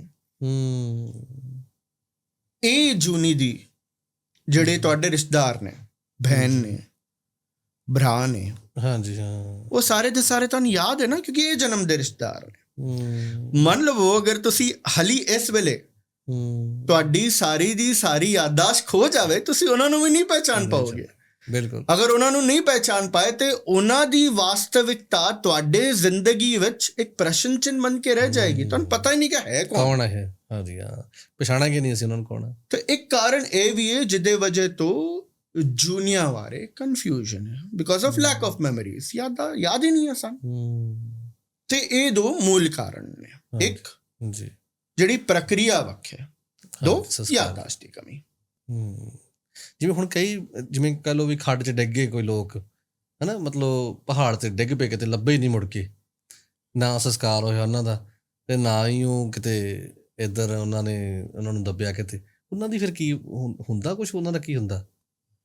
ਨਹੀਂ, ਮੈਂ ਜਿੰਨੀ ਵੀ ਗੱਲ ਬੋਲੀ ਸਤਿਗੁਰੂ ਜੀ ਦੀ ਕਿਰਪਾ ਨਾਲ ਸਾਇੰਟੀਫਿਕਲੀ ਬੋਲੀ, ਲੌਜਿਕਲੀ ਬੋਲੀ, ਔਰ ਉਹੀ ਲੌਜਿਕ ਨੂੰ ਆਪਾਂ ਅਪਲਾਈ ਕਰੀਏ। ਮੰਨ ਲਓ ਸਤਿਗੁਰ ਕਿਰਪਾ ਕਰੇ ਕਿਸੇ ਉੱਤੇ ਕੰਜਾ ਸਮਾਂ ਨਾ ਆਵੇ ਹਾਂਜੀ ਲੇਕਿਨ ਅਗਰ ਇਕਨ ਜੀ ਪਰਿਸਥਿਤੀ ਵਿੱਚ ਅਗਰ ਬੋਡੀ ਇੰਟੈਕਟ ਰਹਿ ਜਾਂਦੀ ਹੈ ਤਾਂ ਫਿਰ ਨੈਚੁਰਲ ਜੀ ਗੱਲ ਹੈ, ਉਹ ਜਿਹੜੀ ਮੈਗਨੈਟਿਕ ਪੁੱਲ ਹੈ ਬਣੀ ਰਹੇਗੀ, ਜਿਹੜੀ ਜੀਵਨ ਊਰਜਾ ਅੱਗੇ ਵੱਧ ਨਹੀਂ ਪਾਏਗੀ। ਜਿਵੇਂ ਅਸੀਂ ਨਾ ਕਈ ਵਾਰ ਕਹਿ ਦਿੰਦੇ ਹਾਂ ਕਿ ਗਤੀ ਨਹੀਂ ਹੋਈ ਨਾ, ਗਤੀ ਕਰਾਉਂਦੇ ਆ ਕਈ ਵਾਰੀ ਕੋਈ ਨਾ, ਕਿ ਆਤਮਾ ਭੜਕਦੀਆਂ ਰਹਿੰਦੀਆਂ ਨਹੀਂ ਤਾਂ ਵੀ ਉਹ ਸਮੇਂ ਤੋਂ ਪਹਿਲਾਂ ਕੋਈ ਚਲਾ ਗਿਆ। ਵੈਸੇ ਇੱਦਾਂ ਹੁੰਦਾ ਨਹੀਂ, ਹਰ ਇੱਕ ਦਾ ਸਮਾਂ ਹੁੰਦਾ ਜਦੋਂ ਉਦਾਂ ਹੀ ਆ, ਜਿਵੇਂ ਕੋਈ ਐਕਸੀਡੈਂਟ ਚਲਾ ਗਿਆ ਜਾਂ ਫਿਰ ਕੋਈ ਹੋਰ ਕਾਰਨ ਬਣ ਗਿਆ, ਅਸੀਂ ਕਹਿੰਦੇ ਹਾਂ ਕਿ ਇਹਨੇ ਉਮਰ ਪੂਰੀ ਨਹੀਂ ਭੋਗੀ ਹੈਗੀ, ਇਹ ਅੱਧ ਵਿਚਾਲੇ ਚਲਾ ਗਿਆ ਤੇ ਉਹਦੀ ਜਿਹੜੀ ਆ ਰੂਹ ਇੱਥੇ ਭਟਕਦੀ ਫਿਰਦੀ ਆ, ਇੱਦਾਂ ਹੁੰਦਾ? ਦੇਖੋ ਅਗੇਨ ਮੈਂ ਲੌਜੀਕਲ ਰਹਾਂਗਾ, ਕਿਉਂਕਿ ਮੈਂ ਸਤਿਗੁਰੂ ਜੀ ਦੀ ਕਿਰਪਾ ਨਾਲ ਮੈਂ ਕਦੀ ਵੀ ਜਜਮੈਂਟਸ, ਐਮਟੀ ਜਜਮੈਂਟਸ ਕਦੀ ਪਾਸ ਆਊਟ ਨਹੀਂ ਕਰਦਾ ਜੀ। ਦੇਖੋ ਇਸ ਵੇਲੇ ਮੈਂ ਜਿਹੜਾ ਤੁਹਾਨੂੰ ਪਿਛਲਾ ਵਿਸ਼ਲੇਸ਼ਣ ਦਿੱਤਾ ਹੈ, ਹਾਂਜੀ, ਇਹ ਮੈਂ ਤੁਹਾਡਾ ਸਿਰਫ ਧਿਆਨ ਕੇਂਦਰਿਤ ਕਰਾਇਆ ਵਿਸ਼ਲੇਸ਼ਣ ਵੱਲ। ਇਹ ਵਿਸ਼ਲੇਸ਼ਣ ਜਿੰਨਾ ਵੀ ਸੀ ਤੁਹਾਨੂੰ ਪਹਿਲੇ ਤੋਂ ਹੀ ਪਤਾ ਸੀ, ਬਿਲਕੁਲ, ਮੈਂ ਸਿਰਫ ਤੁਹਾਨੂੰ ਧਿਆਨ ਕੇਂਦਰਿਤ ਕਰਾ ਕੇ ਡਾਟਸ ਕਨੈਕਟ ਕੀਤੇ ਨੇ, ਉਸ ਤੋਂ ਬਾਅਦ ਹੋਰ ਕੁਝ ਵੀ ਨਹੀਂ ਕੀਤਾ। ਠੀਕ ਹੈ, ਠੀਕ ਉਸੇ ਤਰੀਕੇ ਤੋਂ ਸਤਿਗੁਰੂ ਜੀ ਦੀ ਕਿਰਪਾ ਨਾਲ ਡਾਟਸ ਹੀ ਆਪਾਂ ਕਨੈਕਟ ਕਰਾਂਗੇ। ਹਾਂਜੀ, ਰਾਈਟ। ਤੇ ਇੱਕ ਆਯਾਮ ਹੁੰਦਾ ਹੈ ਜੀ ਯਾਦਾਸ਼ਤ ਦਾ, ਜਿਸ ਨੂੰ ਰੁਨਾਨੁਬੰਧਾ ਕਹਿੰਦੇ ਨੇ। ਰੁਨਾਨੁਬੰਧਾ ਜੀ, ਰੁਨਾਨੁਬੰਧਾ ਇੱਕ ਸੰਸਕ੍ਰਿਤ ਦਾ ਸ਼ਬਦ ਹੈ। ਹਾਂਜੀ, ਇਹਦਾ ਅਰਥ ਹੁੰਦਾ ਹੈ ਯਾਦਾਸ਼ਤ ਦਾ ਸੰਮੇਲਨ। ਹਾਂਜੀ, ਠੀਕ। ਹੋਰ ਸਾਇੰਟੀਫਿਕਲੀ ਵੀ ਮੈਮਰੀਜ਼ ਮਤਲਬ ਯਾਦਾਸ਼ਤ ਤੇ ਸਮੇਂ ਦੋਵੇਂ ਇੱਕ ਦੂਜੇ ਵਿੱਚ ਰਲੇ ਨੇ। ਤੁਹਾਡਾ ਸਤਿਗੁਰੂ ਜੀ ਦੀ ਕਿਰਪਾ ਨਾਲ ਧਿਆਨ ਕੇਂਦਰਿਤ ਕਰਾ ਦੇਣਾ ਇਹ ਕਿਸ ਤਰੀਕੇ ਤੋਂ ਰਲੇ ਨੇ ਜੀ। ਹੁਣ ਤੁਸੀਂ ਕੋਈ ਵੀ ਇੱਕ ਖੂਬਸੂਰਤ ਇੰਸਟੈਂਸ ਯਾਦ ਕਰੋ ਤੁਹਾਡੇ ਬਹਿਨ ਨਾਲ ਜਾਂ ਭਰਾ ਨਾਲ, ਕੋਈ ਵੀ ਇੱਕ ਸਾਲ ਪਹਿਲੇ ਜਾਂ 2 ਸਾਲ ਪਹਿਲੇ ਦਾ ਯਾਦ ਕਰੋ ਜੀ। ਯਾਦ ਕੀਤਾ? ਯਾਦ ਆਇਆ ਕੁਝ ਵੀ ਇੱਕ ਇੰਸਟੈਂਸ? ਰਾਈਟ। ਹੁਣ ਜਦ ਮੈਂ ਇਹ ਲਫ਼ਜ਼ ਇਸਤੇਮਾਲ ਕੀਤਾ ਯਾਦ ਕਰੋ, ਇਹਦਾ ਮਤਲਬ ਯਾਦਾਸ਼ਤ ਜੀ। ਯਾਦਾਸ਼ਤ ਹੀ ਤਾਂ ਟਟੋਲ ਰਹੇ ਸੀ। ਹਾਂਜੀ, ਹਾਂ। ਹੋਰ ਤੁਹਾਡੀ ਯਾਦਾਸ਼ਤ ਕਈ ਕਿੱਥੇ? 1 ਸਾਲ ਪਹਿਲੇ। ਇਹ ਹੈ ਸਮੇਂ ਕਾਲ। ਇਹਦਾ ਮਤਲਬ ਇਹ ਹੈ ਕਾਲ ਤੇ ਯਾਦਾਸ਼ਤ ਦੋਵੇਂ ਜੁੜੇ ਹੋਏ ਨੇ। ਰਾਈਟ। ਜਦ ਇੱਕ ਇਨਸਾਨ ਹਾਂਜੀ ਆਪਣਾ ਸਮੇਂ ਪੂਰਾ ਨਹੀਂ ਕਰ ਪਾਉਂਦਾ, ਹਾਂਜੀ, ਇਹਦਾ ਮਤਲਬ ਆ ਹੈ ਕਿ ਉਹ ਯਾਦਾਸ਼ਤ ਦੀ ਪੂਰਤੀ ਨਹੀਂ ਕਰ ਪਾਉਂਦਾ, ਕਿਉਂਕਿ ਯਾਦਾਸ਼ਤ ਦੇ ਸਮੇਂ ਦੋਵੇਂ ਇੱਕ ਦੂਜੇ ਵਿੱਚ ਰਲੇ ਨੇ। ਔਰ ਅਗਰ ਸਮੇਂ ਪੂਰਾ ਨਹੀਂ ਹੁਆ, ਇਹਦਾ ਮਤਲਬ ਯਾਦਾਸ਼ਤ ਪੂਰੀ ਨਹੀਂ ਹੋਈ। ਯਾਦਾਸ਼ਤ ਪੂਰੀ ਨਹੀਂ ਹੋਈ, ਇਹਦਾ ਮਤਲਬ ਇਹ ਹੈ ਯਾਦਾਸ਼ਤ ਰਹਿ ਗਈ। ਮਨ ਕੀ ਹੈ? याददाश्त का सम्मेलन ही तो है। आत्मा की है या आत्म की है? मन ही है। ताई करके गुरु साहब बोलते ने मन तू ज्योत स्वरूप है अपना मूल पहचान। अगर समय पूरा नहीं हुआ, याददाश्त पूरी नहीं हुई, मन दी पूर्ति नहीं हुई। मन दी पूर्ति नहीं तो नेचुरली मन भटकेगा। ताई करके कहा जाता है कि आत्मा भटकती है। हाँ जी, हाँ। ते गल फैक्ट है। ਸਮੇਂ ਦੀ ਪੂਰਤੀ ਅਗਰ ਨਹੀਂ ਹੁੰਦੀ, ਨੈਚੁਰਲ ਮ੍ਰਿਤਿੂ ਨਹੀਂ ਹੁੰਦੀ, ਤਾਂ ਰੁਨਾਨਾ ਬੰਧੂ ਰਹਿ ਜਾਂਦਾ ਹੈ। ਯਾਦਾਸ਼ਤ ਰਹਿ ਜਾਂਦੀ ਹੈ। ਯਾਦਾਸ਼ਤ ਦਾ ਰਹਿਣਾ ਕਹਿੰਦਾ ਭਾਵ ਮਨ ਦਾ ਰਹਿਣਾ, ਕਿਉਂਕਿ ਮਨ ਦਾ ਸੁਭਾਅ ਹੈ ਭਟਕਣਾ। ਜੋਤ ਸਰੂਪ ਦਾ ਸੁਭਾਅ ਭਟਕਣਾ ਨਹੀਂ ਹੈ। ਮਨ ਚੰਚਲ ਹੈ। ਮਨ ਅਚਲ ਮੂਰਤ, ਜੋਤ ਸਰੂਪ ਅਚਲ ਮੂਰਤ ਹੈ। ਮਨ ਚੰਚਲ ਹੈ। ਮਨ ਜੋਤ ਸਰੂਪ ਵਿੱਚ ਤਬਦੀਲ ਕਦ ਹੋਏਗਾ? ਜਦ ਮਨ ਸਥਿਰ ਹੋ ਜਾਏਗਾ, ਮਨ ਦੀ ਮ੍ਰਿਤਿੂ ਹੋ ਜਾਏਗੀ। ਆਤਮਾ ਦਾ ਭਟਕਣਾ ਔਰ ਕੁਝ ਵੀ ਨਹੀਂ ਹੈ, ਮਨ ਦਾ ਭਟਕਣਾ ਹੀ ਹੈ ਜੀ। ਇਹ ਗੱਲ ਫੈਕਟ ਹੈ। ਕਈ ਵਾਰ ਨਾ ਪਿੰਡਾਂ 'ਚ ਇਦਾਂ ਸਮਝ ਲਿਆ ਜਾਂਦਾ ਕਿ ਜੀ ਕਸਰ ਹੋ ਗਈ ਕਿਸੇ ਨੂੰ, ਕਿ ਕਿਸੇ ਦੀ ਨਾ ਕਿਸੇ ਰੂਹ ਜਿਹੜੀ ਆ ਐਂਟਰ ਪ੍ਰਵੇਸ਼ ਹੋ ਗਈ, ਇਹ ਹੁਣ ਹੋਰ ਤਰ੍ਹਾਂ ਪਾਗਲਪਣ ਵਾਂਗੂ ਰਿਐਕਟ ਕਰਨ ਲੱਗ ਗਿਆ ਨਾ, ਉਹਦੀ ਫੇਸ ਐਕਸਪ੍ਰੈਸ਼ਨ ਚੇਂਜ ਹੋ ਗਏ। ਕਈ ਵਾਰ ਕੋਈ ਹੁੰਦੀ ਆ ਡਿਪਰੈਸ਼ਨ, ਤੇ ਲੋਕੀ ਉਹਨੂੰ ਇਹ ਸਮਝ ਲੈਂਦੇ ਆ ਕਿ ਇਹਦੇ 'ਚ ਤਾਂ ਕੋਈ ਭੂਤ ਵੜ ਗਈ ਆ ਜਾਂ ਕੋਈ ਇਹਨੂੰ ਇੱਦਾਂ ਦਾ ਕਸਰ ਹੋ ਗਈ ਹੈ ਨਾ। ਇਹ ਹੁੰਦੀਆਂ ਚੀਜ਼ਾਂ ਇੱਦਾਂ ਦੀਆਂ। ਦੇਖੋ ਫਿਰ ਆਪਾਂ ਥੋੜ੍ਹੇ ਜਿਹੇ ਫਿਰ ਦੁਬਾਰਾ ਸਾਇੰਟੀਫਿਕ ਆਯਾਮ ਵੱਲ ਤੇ ਇੱਕ ਹਿਊਮਨ ਬਿਹੇਵੀਅਰ, ਹਿਊਮਨ ਸਾਈਕੋਲੋਜੀ ਵਾਂਗ ਵੀ ਆਪਾਂ ਵੇਖਦੇ ਹਾਂ ਥੋੜ੍ਹਾ ਜਿਹਾ। ਹਾਂਜੀ। ਇੱਕ ਇਨਸਾਨ ਦੂਜੇ ਇਨਸਾਨ ਦੇ ਪ੍ਰਤੀ ਆਕਰਸ਼ਿਤ ਕਦ ਹੁੰਦਾ ਹੈ? ਜਦ ਵੇਵਲੈਂਥ ਮੈਚ ਕਰਦੀ ਹੈ। ਮੰਨ ਲਓ ਤੁਹਾਡਾ ਸੁਭਾਅ ਵੱਖਰਾ ਹੈ, ਮੰਨ ਲਓ ਮੈਂ ਸਾਕਤ ਪੁਰਸ਼ ਹਾਂ ਜੀ, ਤੁਸੀਂ ਸਾਧੂ ਪੁਰਸ਼ ਹੋ, ਤੁਹਾਡੀ ਮੇਰੀ ਨਾਲ ਨਹੀਂ ਜਮੇਗੀ, ਮੇਰੀ ਤੁਹਾਡੇ ਨਾਲ ਨਹੀਂ ਜਮੇਗੀ, ਕਿ ਵੇਵਲੈਂਥ ਮੈਚ ਹੀ ਨਹੀਂ ਹੁੰਦੀ। ਫੈਕਟ ਹੈ। ਤੁਸੀਂ ਅਗਰ ਵਿਆਹ ਵੀ ਕਰਨ ਨੂੰ ਚਾਹੁੰਦੇ ਹੋ, ਤੁਸੀਂ ਕੰਪੈਟੇਬਿਲਿਟੀਜ਼ ਵੇਖਦੇ ਹੋ, ਸਿਮਿਲੈਰਿਟੀਜ਼ ਵੇਖਦੇ ਹੋ, ਮੈਚਿੰਗ ਨੇਚਰਸ ਵੇਖਦੇ ਹੋ, ਮੈਚਿੰਗ ਲਾਈਕਸ ਤੇ ਡਿਸਲਾਈਕ ਵੇਖਦੇ ਹੋ। ਤੁਸੀਂ ਕਿੱਥੇ ਨਾ ਕਿੱਥੇ ਇੱਕਨ ਜਿਹਾ ਇਨਸਾਨ ਖੋਜ ਰਹੇ ਹੁੰਦੇ ਜਿਹੜਾ ਕਿ ਤੁਹਾਡੇ ਵਾਂਗ ਹੀ ਹੋਏ। ਫੈਕਟ ਹੈ ਉਹ, ਬਿਲਕੁਲ ਹੈ। ਚਾਹੇ ਉਹ ਮਿੱਤਰ ਹੋਏ, ਚਾਹੇ ਉਹ ਵਾਈਫ ਜਾਂ ਹਸਬੈਂਡ ਹੋਏ, ਤੁਸੀਂ ਇੱਕਨ ਜਿਹਾ ਨਹੀਂ ਚੁਣੋਗੇ ਜਿਹੜਾ ਕਿ ਇੱਕਦਮ ਹੀ ਤੁਹਾਡੇ ਤੋਂ ਵਿਪਰੀਤ ਹੈ ਜਾਂ ਥੋੜਾ ਬਹੁਤ ਵੀ ਵੱਖ ਹੈ। ਤੁਸੀਂ ਇੱਕਨ ਜਿਹਾ ਇਨਸਾਨ ਲੱਭਣ ਦੀ ਕੋਸ਼ਿਸ਼ ਕਰੋਗੇ ਜਿਹੜਾ ਕਿ ਤੁਹਾਡੇ ਵਾਂਗ ਹੈ। ਰਾਈਟ ਜੀ। ਠੀਕ ਉਸੇ ਤਰੀਕੇ ਤੋਂ ਇਹ ਕਹਿੰਦੇ ਨੇ ਜਿਹੜਾ ਭੂਤ ਪ੍ਰੇਤ ਚਮੜ ਜਾਂਦੇ ਨੇ ਜਾਂ ਭੂਤ ਪ੍ਰੇਤ ਵੜ ਜਾਂਦੇ ਨੇ, ਇਹਨਾਂ ਦੀ ਵੀ ਪ੍ਰਕਿਰਿਆ ਇੱਕ ਨਹੀਂ ਹੈ। ਲੇਕਿਨ ਇਹ ਸਰੀਰ ਵਿੱਚ ਨਹੀਂ ਵੜਦੇ। ਹਲੀ 10 ਮਿੰਟ ਪਹਿਲੇ ਸਾਡੀ ਗੱਲ ਹੋਈ ਆਭਾ ਮੰਡਲ ਬਾਰੇ, ਜਿਸ ਨੂੰ ਔਰਾ ਬੋਲਦੇ ਨੇ ਜੀ। ਇਹ ਹਰ ਇੱਕ ਇਨਸਾਨ ਦੇ ਇਰਦ ਗਿਰਦ ਹੁੰਦਾ ਹੈ ਜੀ।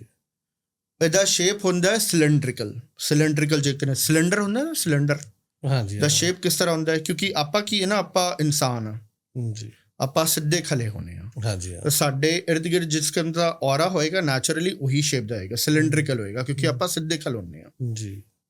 ਮੰਨ ਲਵੋ ਇੱਕ ਸ਼ੇਰ ਹੈ, ਉਹਦਾ ਔਰਾ ਸਰਕੂਲਰ ਟਾਈਪ ਹੋਏਗਾ, ਸਿਲੰਡਰੀਕਲ ਨਹੀਂ ਹੋਏਗਾ। ਬਹਰਹਾਲ ਹਰ ਇੱਕ ਜੀਵ ਦੇ ਇਰਦ ਗਿਰਦ ਔਰਾ ਹੁੰਦਾ ਆ, ਆਭਾ ਮੰਡਲ ਹੁੰਦਾ ਆ।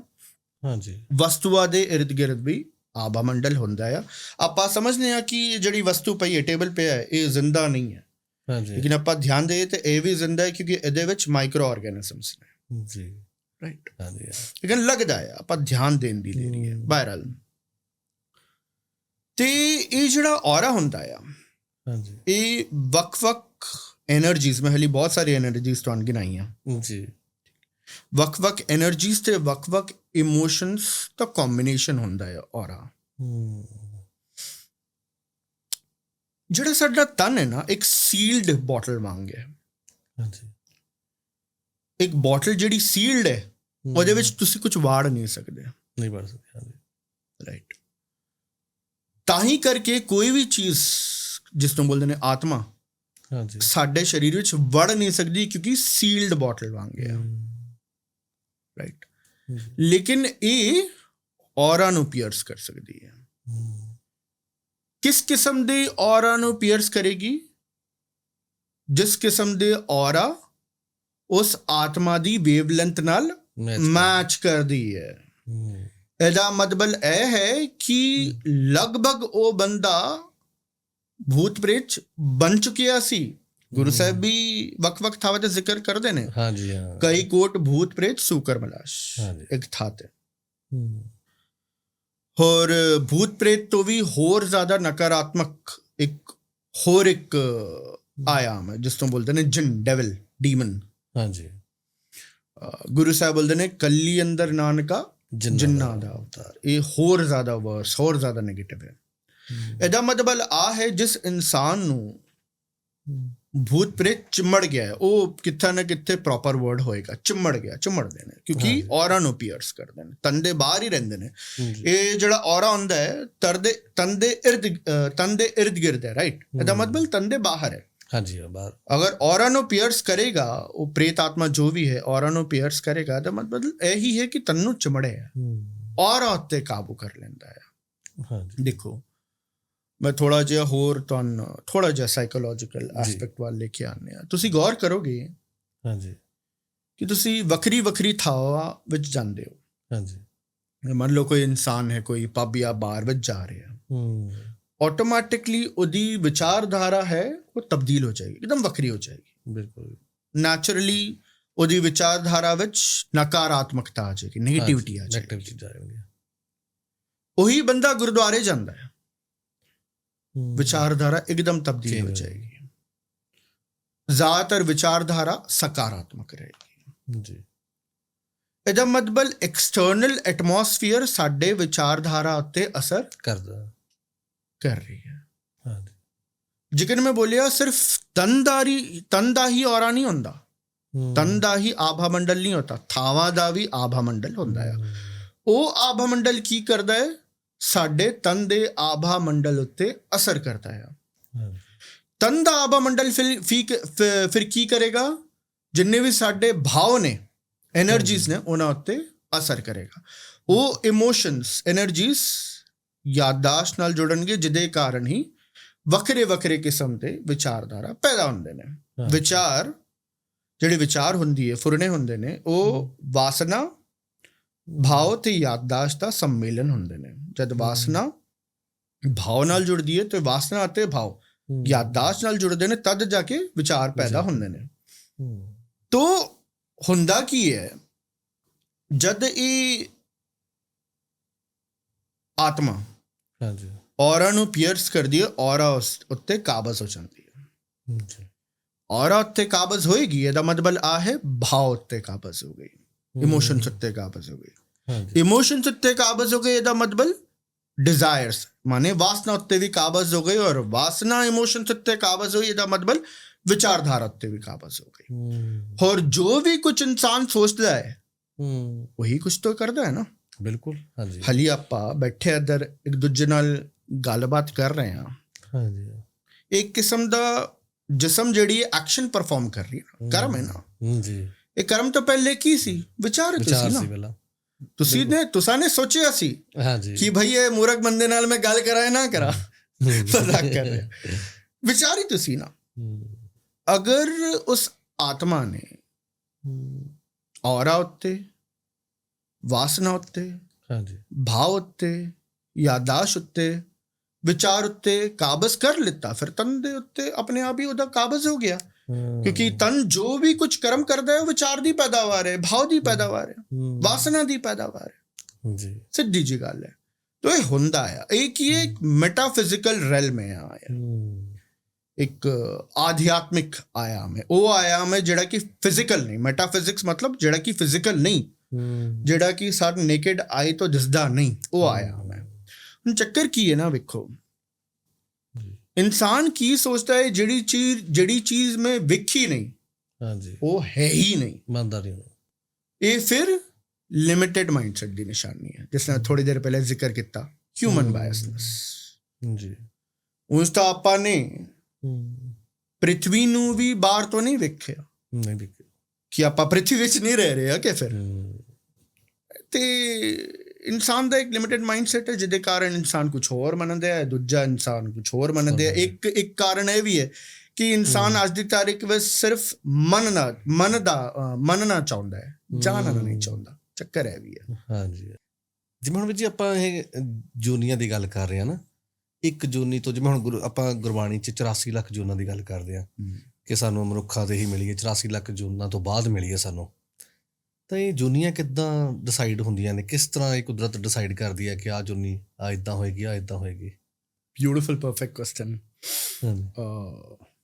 ਲਗਭਗ ਤੁਹਾਡੇ ਸਵਾਲ ਵਿੱਚ ਹੀ ਜਵਾਬ ਸੀ। ਉਂਝ ਵੀ ਸਵਾਲ ਵਿੱਚ ਜਵਾਬ ਛੁਪਿਆ ਹੁੰਦਾ ਹੈ ਤੇ ਜਵਾਬ ਵਿੱਚ ਸਵਾਲ, ਤਾਈ ਕਰਕੇ ਜਵਾਬ ਤੋਂ ਸਵਾਲ ਪੈਦਾ ਹੁੰਦੇ, ਸਵਾਲ ਤੋਂ ਜਵਾਬ, ਕਿਉਂਕਿ ਦੋਵੇਂ ਇੱਕ ਦੂਜੇ ਵਿੱਚ ਰਲੇ ਨੇ, ਬਸੇ ਨੇ।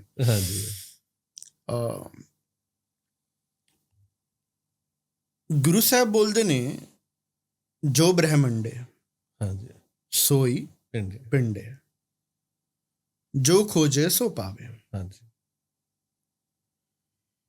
ਇਹ ਜਿੰਨੀ ਵੀ ਆਪਾਂ ਦੁਨੀਆ ਵੇਖ ਰਹੇ ਹਾਂ, ਅੱਖਾਂ ਦੇ ਸਾਹਮਣੇ, ਅੱਖਾਂ ਦੇ ਬਾਹਰ, ਅੱਖਾਂ ਦੇ ਭੀਤਰ, ਅੱਖਾਂ ਦੇ ਪਿੱਛੇ ਐਗਜ਼ੈਕਟ ਸੇਮ ਦੁਨੀਆ ਵਸੀ ਹੈ। ਤੁਸੀਂ ਇਹ ਬੋਲ ਸਕਦੇ ਹੋ ਬਸ ਇਹ ਕਲਰਫੁਲ ਜ਼ੈਰੋਕਸ ਕਾਪੀ ਹੈ ਬਾਹਰ ਦੀ ਜਿਹੜੀ ਦੁਨੀਆ ਹੈ। ਇਹ ਜਿਹੜੀ ਦੁਨੀਆ ਹੈ ਨਾ ਬਾਹਰ ਦੀ, ਇਹ ਕਹਿੰਦੇ ਜਿਕਨ ਇੱਕ ਥੀਏਟਰ ਦਾ ਪਰਦਾ। ਤੁਸੀਂ ਕਈ ਵਾਰੀ ਥੀਏਟਰ ਗਏ ਹੋਗੇ, ਕਾਫੀ ਸਾਰੀ ਮੂਵੀਜ਼ ਵੇਖੀ ਹੋਣਗੀਆਂ। ਤੁਸੀਂ ਅਗਰ ਧਿਆਨ ਦੇਵੋਗੇ ਕਿ ਜਿਹੜੀ ਮੂਵੀ ਹੈ, ਜਿਹੜੀ ਪਿਕਚਰ ਹੈ, ਹਾਂਜੀ ਜਿਹੜੀ ਕਿ ਪਰਦੇ ਵਿੱਚ ਸਾਨੂੰ ਦਿਸ ਰਹੀ ਹੈ, ਉਹ ਦਰਅਸਲ ਪਰਦੇ ਵਿੱਚ ਪਲੇ ਨਹੀਂ ਹੋ ਰਹੀ, ਉਹ ਪ੍ਰੋਜੈਕਟਰ ਦੇ ਅੰਦਰ ਪਲੇ ਹੋ ਰਹੀ ਹੈ। ਬਿਲਕੁਲ। ਪ੍ਰੋਜੈਕਟਰ ਆਪਣੇ ਲੈਂਸ ਦੇ ਜ਼ਰੀਏ ਉਸ ਮੂਵੀ ਨੂੰ ਬਾਹਰ ਬਸ ਪ੍ਰੋਜੈਕਟ ਕਰ ਰਹੇ ਹੈ।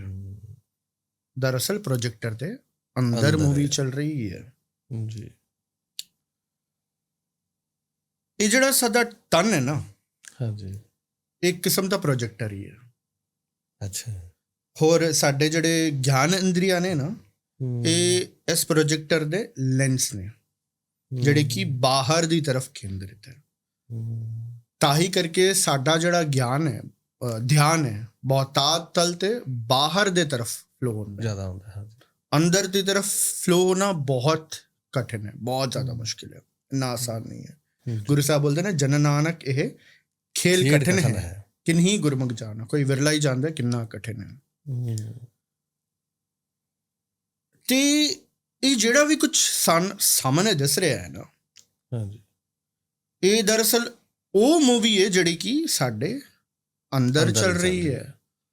ਸਿਰਫ ਦਿਸ ਬਾਹਰ ਰਿਹਾ ਹੈ ਕਿਉਂਕਿ ਸਾਡਾ ਧਿਆਨ ਹੀ ਬਾਹਰ ਦੀ ਤਰਫ ਕੇਂਦਰਿਤ ਹੈ। ਰਾਈਟ। ਜਿਕਨ ਬੋਲਿਆ ਕਲਰ ਜ਼ੈਰੋਕਸ ਹੈ ਸਾਰਾ ਕੁਝ, ਹੋਰ ਕੁਝ ਵੀ ਨਹੀਂ ਹੈ। ਔਰ ਬੜਾ ਵੱਡਾ ਪਰਦਾ ਸਾਡੇ ਅੱਖਾਂ ਦੇ ਸਾਹਮਣੇ ਲੱਗਿਆ ਜੀ। ਜਿਹੜੀ ਅੰਦਰ ਮੂਵੀ ਚੱਲ ਰਹੀ ਹੈ ਬਹੁਤ ਛੋਟੀ ਜੀ ਚੱਲ ਰਹੀ ਹੈ, ਹੋਰ ਉਹਦੇ ਵੱਲ ਧਿਆਨ ਦੇਣਾ ਬਹੁਤ ਔਖਾ ਹੈ। ਗੁਰੂ ਸਾਹਿਬ ਬੋਲਦੇ ਨੇ, 184 ਮੇਦਨੀ ਸਭ ਸੇਵ ਕਰਨ ਦਾ। ਰਾਈਟ। ਇੱਕ ਹੋਰ ਇੱਕ ਥਾਂ ਵਿੱਚ ਬੋਲਦੇ ਨੇ, 42 ਲੱਖ ਜੀ ਜਲ ਮੇ ਹੋਤੇ ਬੀਠਲ ਬੈਲਾ ਕਾਇ ਕਰੋ। ਰਾਈਟ। ਗੁਰੂ ਸਾਹਿਬ ਬੋਲਦੇ ਨੇ ਕਿ 42 ਲੱਖ ਵੱਖ-ਵੱਖ ਸਪੀਸ਼ੀਜ਼ ਸਿਰਫ ਜਲ ਦੇ ਅੰਦਰ ਹੈ, ਪਾਣੀ ਚ ਹੈ ਜੀ, ਪਾਣੀ ਚਾਹੀਏ। ਹੋਰ ਜਿੰਨੇ ਵੀ ਜੀਵ ਨੇ ਨਾ ਬਾਹਰ, ਜਿਹੜੇ ਕਿ ਸਾਡੇ ਅੱਖਾਂ ਦੇ ਸਾਹਮਣੇ ਦਿਸ ਰਹੇ ਨੇ, ਆਪਾਂ ਜਿਹੜੇ ਇਨਸਾਨ ਹੈ ਨਾ, ਉਹ ਸਾਰੇ ਵੱਖ-ਵੱਖ ਜੀਵਾਂ ਦਾ ਮੇਲ ਆ। ਉਹਦੇ ਵੱਲ ਸਤਿਗੁਰੂ ਜੀ ਦੀ ਕਿਰਪਾ ਨਾਲ ਧਿਆਨ ਕੇਂਦਰਿਤ ਕਰਾਂਗਾ ਮੈਂ ਜੀ। ਇੱਕ ਆਪਾਂ 3-4 ਐਗਜ਼ਾਮਪਲਸ ਲੈਂਦੇ ਹਾਂ। ਹਾਂਜੀ। ਇੱਕ ਹਾਥੀ ਦਾ ਐਗਜ਼ਾਮਪਲ ਲੈਂਦੇ ਹਾਂ, ਇੱਕ ਸੱਪ ਦਾ ਐਗਜ਼ਾਮਪਲ ਲੈਂਦੇ ਹਾਂ ਜੀ, ਇੱਕ ਸ਼ੇਰ ਦਾ ਐਗਜ਼ਾਮਪਲ ਲੈਂਦੇ ਹਾਂ, ਹਾਂਜੀ, ਤੇ ਗਿਰਗਿਟ ਦਾ ਐਗਜ਼ਾਮਪਲ ਲੈਂਦੇ ਹਾਂ। ਜੀਵ ਹੈ ਨਾ, ਵੱਖਰੇ ਵੱਖਰੇ, ਪੂਰੇ ਵੱਖਰੇ ਸਪੀਸ਼ੀਜ਼।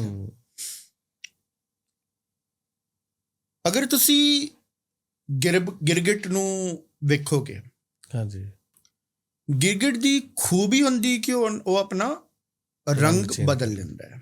ਉਹਦੀ ਸਰਵਾਈਬਿਲਿਟੀ ਨਾਲ ਇਹ ਕੈਪੇਬਿਲਿਟੀ ਜੁੜੀ ਹੋਈ ਹੈ। ਅਗਰ ਇਹਦੇ ਕੋਲ ਇਹ ਕੈਪੇਬਿਲਿਟੀ ਨਹੀਂ ਹੈ ਤਾਂ ਜੀ ਨਹੀਂ ਪਾਏਗਾ, ਸਰਵਾਈਵ ਨਹੀਂ ਕਰ ਪਾਏਗਾ। ਹਾਂਜੀ। ਰਾਈਟ। ਹੁਣ ਤੁਸੀਂ ਇੱਕ ਇਨਸਾਨ ਨੂੰ ਵੀ ਵੇਖੋਗੇ ਦੁਨੀਆ 'ਚ, ਜਿਨ੍ਹਾਂ ਦਾ ਸੁਭਾਅ ਗਿਰਗਿਟ ਵਾਂਗ ਹੈ ਜੀ। ਜੀਓ ਮੇਲੇ ਬਾਹਰ ਗਿਰਗਿਟ ਹੀ ਹੈ ਨਾ, ਸੁਭਾਅ ਹੈ ਗਿਰਗਿਟ ਹੀ ਹੈ ਨਾ ਜੀ। ਮੂੰਹ ਦੇ ਸਾਹਮਣੇ ਕੁਛ ਹੋਰ, ਪਿੱਛੇ ਕੁਛ ਹੋਰ। ਮੂੰਹ ਦੇ ਸਾਹਮਣੇ ਬੋਲੇਗਾ ਕਿ ਜੀ ਆਇਆ ਨੂੰ, ਪਿੱਛੇ ਗਾਲ ਕੱਢੇਗਾ। ਬਹੁਤ ਸਾਰੇ ਇਨਸਾਨ ਹੈ ਹਾਂਜੀ। ਰਾਈਟ। ਇਹਦਾ ਮਤਲਬ ਉਹਦਾ ਸੁਭਾਅ ਗਿਰਗਿਟ ਵਾਂਗ ਹੈ। ਹੋਰ ਅਗਰ ਉਹਦਾ ਸੁਭਾਅ ਗਿਰਗਿਟ ਵਾਂਗ ਹੈ, ਇਹਦਾ ਮਤਲਬ ਆ ਹੈ ਕਿ ਗਿਰਗਿਟ ਦੀ ਜੂਨੀ ਉਹਦੇ ਵਿੱਚ ਪੈਦਾ ਹੋ ਚੁੱਕੀ ਹੈ, ਉਹਦੇ ਮਨ ਵਿੱਚ ਪੈਦਾ ਹੋ ਚੁੱਕੀ ਹੈ। ਜੋ ਵੀ ਕੁਝ ਜੀਵ ਕਰਦਾ ਹੈ ਸਭ ਤੋਂ ਪਹਿਲੇ ਮਨ ਦੇ ਤਲ ਤੇ ਹੁੰਦਾ ਹੈ, ਬਾਅਦ ਵਿੱਚ ਤਨ ਦੇ ਤਲ ਤੇ ਹੁੰਦਾ ਹੈ। ਜਿਕਨ ਥੋੜੀ ਦੇਰ ਪਹਿਲੇ ਵਿਚਾਰ ਹੋਈ, ਪਹਿਲੇ ਵਿਚਾਰ ਪੈਦਾ ਹੁੰਦੇ ਨੇ, ਬਾਅਦ ਵਿੱਚ ਇਨਸਾਨ ਕਰਮ ਕਰਦਾ ਹੈ ਜੀ। ਰਾਈਟ। ਇਹਦਾ ਮਤਲਬ ਆ ਹੈ ਕਿ ਗਿਰਗਿਟ ਦੀ ਜੂਨੀ ਉਹਦੇ ਵਿੱਚ ਪੈਦਾ ਹੋ ਗਈ। ਹੋਰ ਅਗਰ ਇਹ ਸੁਭਾਅ ਉਹਦਾ ਨਹੀਂ ਤਬਦੀਲ ਹੋਇਆ, ਇਹ ਗੱਲ ਸਪਸ਼ਟ ਹੈ ਕਿ ਉਹ ਗਿਰਗਿਟ ਦੀ ਜੂਨੀ ਵਿੱਚ ਪੱਕੀ ਗੱਲ ਜਾਏਗਾ। ਅੱਛਾ। ਸੁਭਾਅ ਭਾਵ ਦੀ ਪੈਦਾਵਾਰ ਹੈ ਜੀ। ਔਰ ਭਾਵ ਔਰ ਕੁਛ ਵੀ ਨਹੀਂ ਹੈ, ਉਹ ਕੁਦਰਤ ਦਾ ਇੱਕ ਆयाम ਹੈ। ਠੀਕ ਇਸੇ ਤਰੀਕੇ ਤੋਂ ਅਗਰ ਤੁਸੀਂ ਇੱਕ ਹਾਥੀ ਨੂੰ ਵੇਖੋਗੇ, ਹਾਥੀ ਵਿੱਚ ਕਾਮ ਵਾਸਨਾ ਬਹੁਤ ਜ਼ਿਆਦਾ ਪ੍ਰਬਲ ਹੁੰਦੀ ਹੈ। ਰਾਈਟ। ਜਿਸ ਇਨਸਾਨ ਵਿੱਚ ਕਾਮ ਵਾਸਨਾ ਉਸ ਸਤਰ ਤੇ ਪਹੁੰਚ ਗਈ ਜਿਸ ਸਤਰ ਵਿੱਚ ਹਾਥੀ ਵਿੱਚ ਕਾਮ ਵਾਸਨਾ ਹੈ, ਇਹਦਾ ਮਤਲਬ ਇਹ ਹੈ ਕਿ ਉਹਦੇ ਵਿੱਚ ਹਾਥੀ ਦੀ ਜੂਨੀ ਪੈਦਾ ਹੋ ਗਈ। ਮਨ ਦੇ ਤਲ ਤੇ ਜੂਨੀ ਪੈਦਾ ਹੋ ਚੁੱਕੀ। ਹੋਰ ਇਹ ਸੁਭਾਅ ਅਗਰ ਉਹਦਾ ਬਣਿਆ ਰਿਹਾ ਤਾਂ ਫਿਰ ਮ੍ਰਿਤਿੂ ਤੋਂ ਬਾਅਦ ਉਹ ਜੂਨੀ ਵਿੱਚ ਪੱਕੀ ਗੱਲ ਜਾਏਗਾ। ਹਾਂਜੀ। ਠੀਕ ਉਸੇ ਤਰੀਕੇ ਤੋਂ ਸ਼ੇਰ ਦਾ ਸੁਭਾਅ ਤੁਸੀਂ ਵੇਖੋ ਜੀ।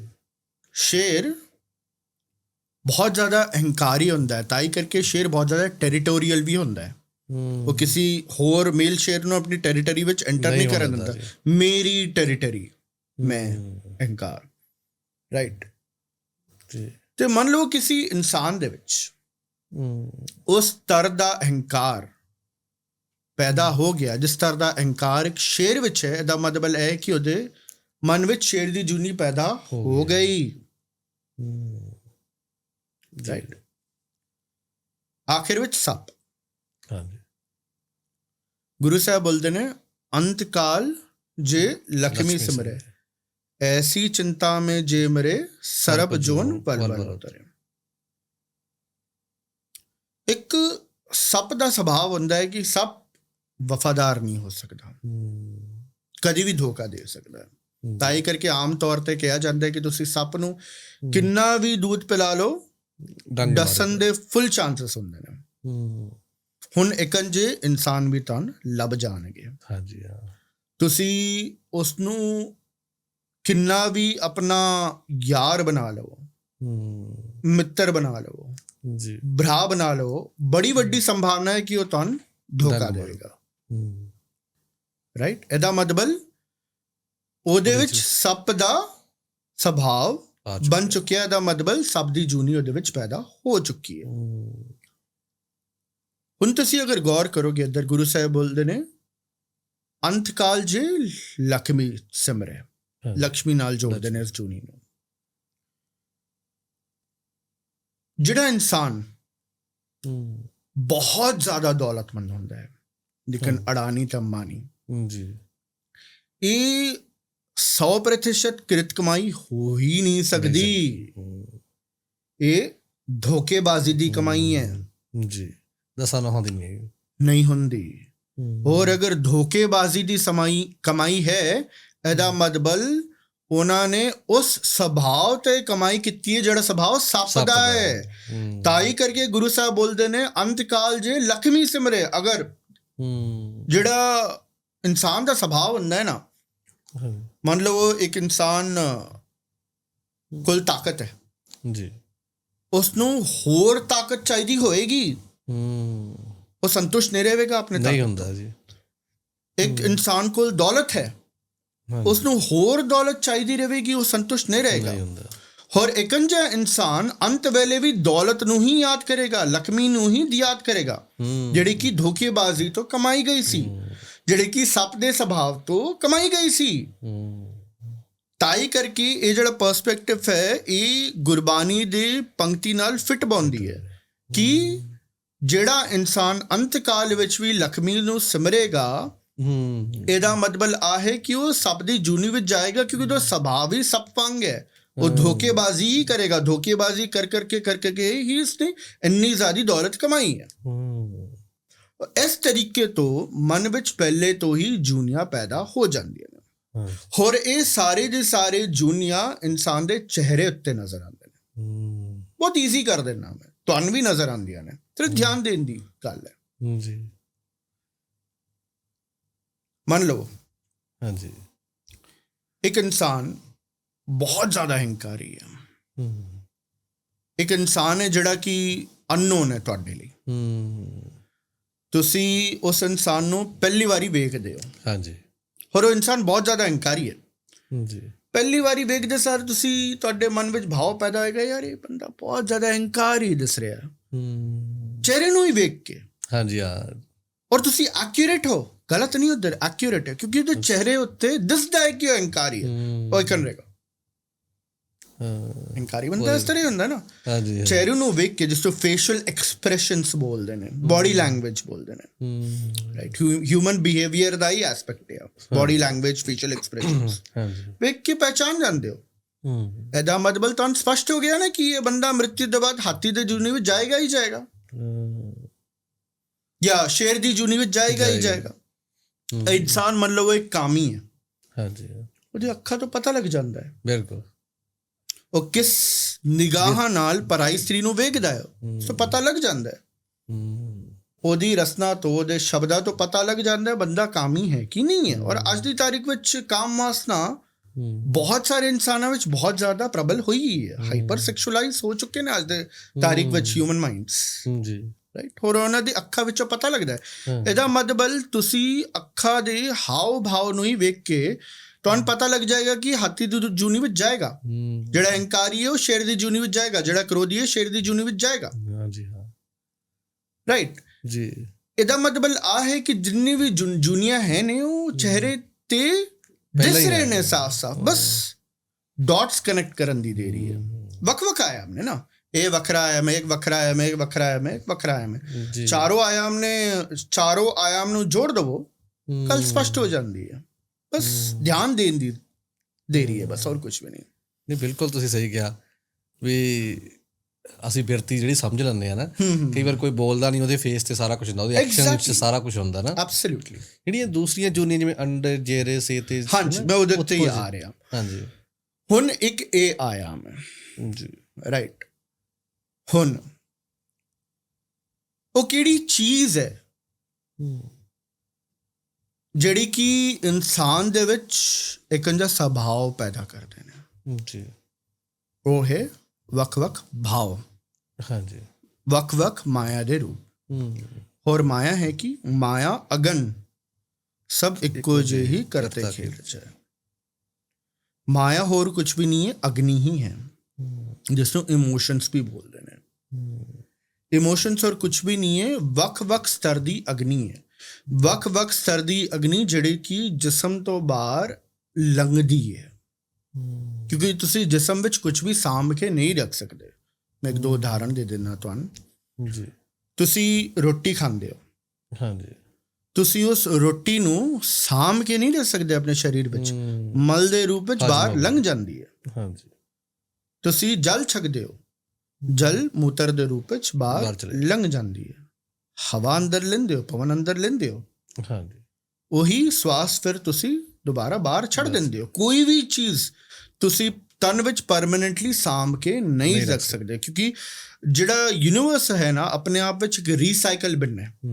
ਸਾਰਾ ਕੁਝ ਇੱਕ ਚਕਰਵਿਊਹ ਹੈ, ਬਸ ਗੋਲ ਗੋਲ ਗੋਲ ਗੋਲ ਘੁੰਮ ਰਿਹਾ ਹੈ। ਇਹ ਵੀ तो एक चक्रव्यूह है ना, श्वास अंदर लेना छोड़ना, खाना अंदर लेना छोड़ देना, पानी अंदर लेना छोड़ देना, प्रक्रिया ठीक उसी तरीके तो आपा भाव ਜਿਹੜੇ ਕਿ और कुछ भी नहीं, ऊर्जा ही है, अग्नि ही है, और कलेक्ट कर रहे हैं सूरज ਦੇ ਜ਼ਰੀਏ ਜੀ, ਸੂਰਜ ਊਰਜਾ, ਸੋਲਰ એનર્ਜੀ, ਹਾਂਜੀ, ਰੋਟੀ ਦੇ ਜ਼ਰੀਏ ਜੀ, ਰੋਟੀ ਦੇ ਜ਼ਰੀਏ ਵੀ ਥਰੂ ਦ ਡਾਈਜੈਸਟਿਵ ਸਿਸਟਮ ਅਗਨੀ ਪੈਦਾ ਹੋ ਰਹੀ ਹੈ ਨਾ ਜਿਸਮ ਚ ਰੋਟੀ ਖਾਣ ਤੋਂ ਬਾਅਦ। ਨੈਚੁਰਲੀ ਫਿਰ ਅਗਨੀ ਵੀ ਤਾਂ ਬਾਹਰ ਲੰਘੇਗੀ ਨਾ, ਬਾਹਰ ਨਿਕਲੇਗੀ, ਉਸ ਤੋਂ ਤੁਸੀਂ ਸਾਂਭ ਕੇ ਨਹੀਂ ਰੱਖ ਸਕਦੇ। ਐਸੀ ਨੂੰ ਹੀ ਤੁਸੀਂ ਕ੍ਰੋਧ ਬੋਲੋਗੇ, ਐਸੀ ਨੂੰ ਹੀ ਤੁਸੀਂ ਮੋਹ ਬੋਲੋਗੇ, ਐਸੀ ਨੂੰ ਤੁਸੀਂ ਕਾਮ ਬੋਲੋਗੇ।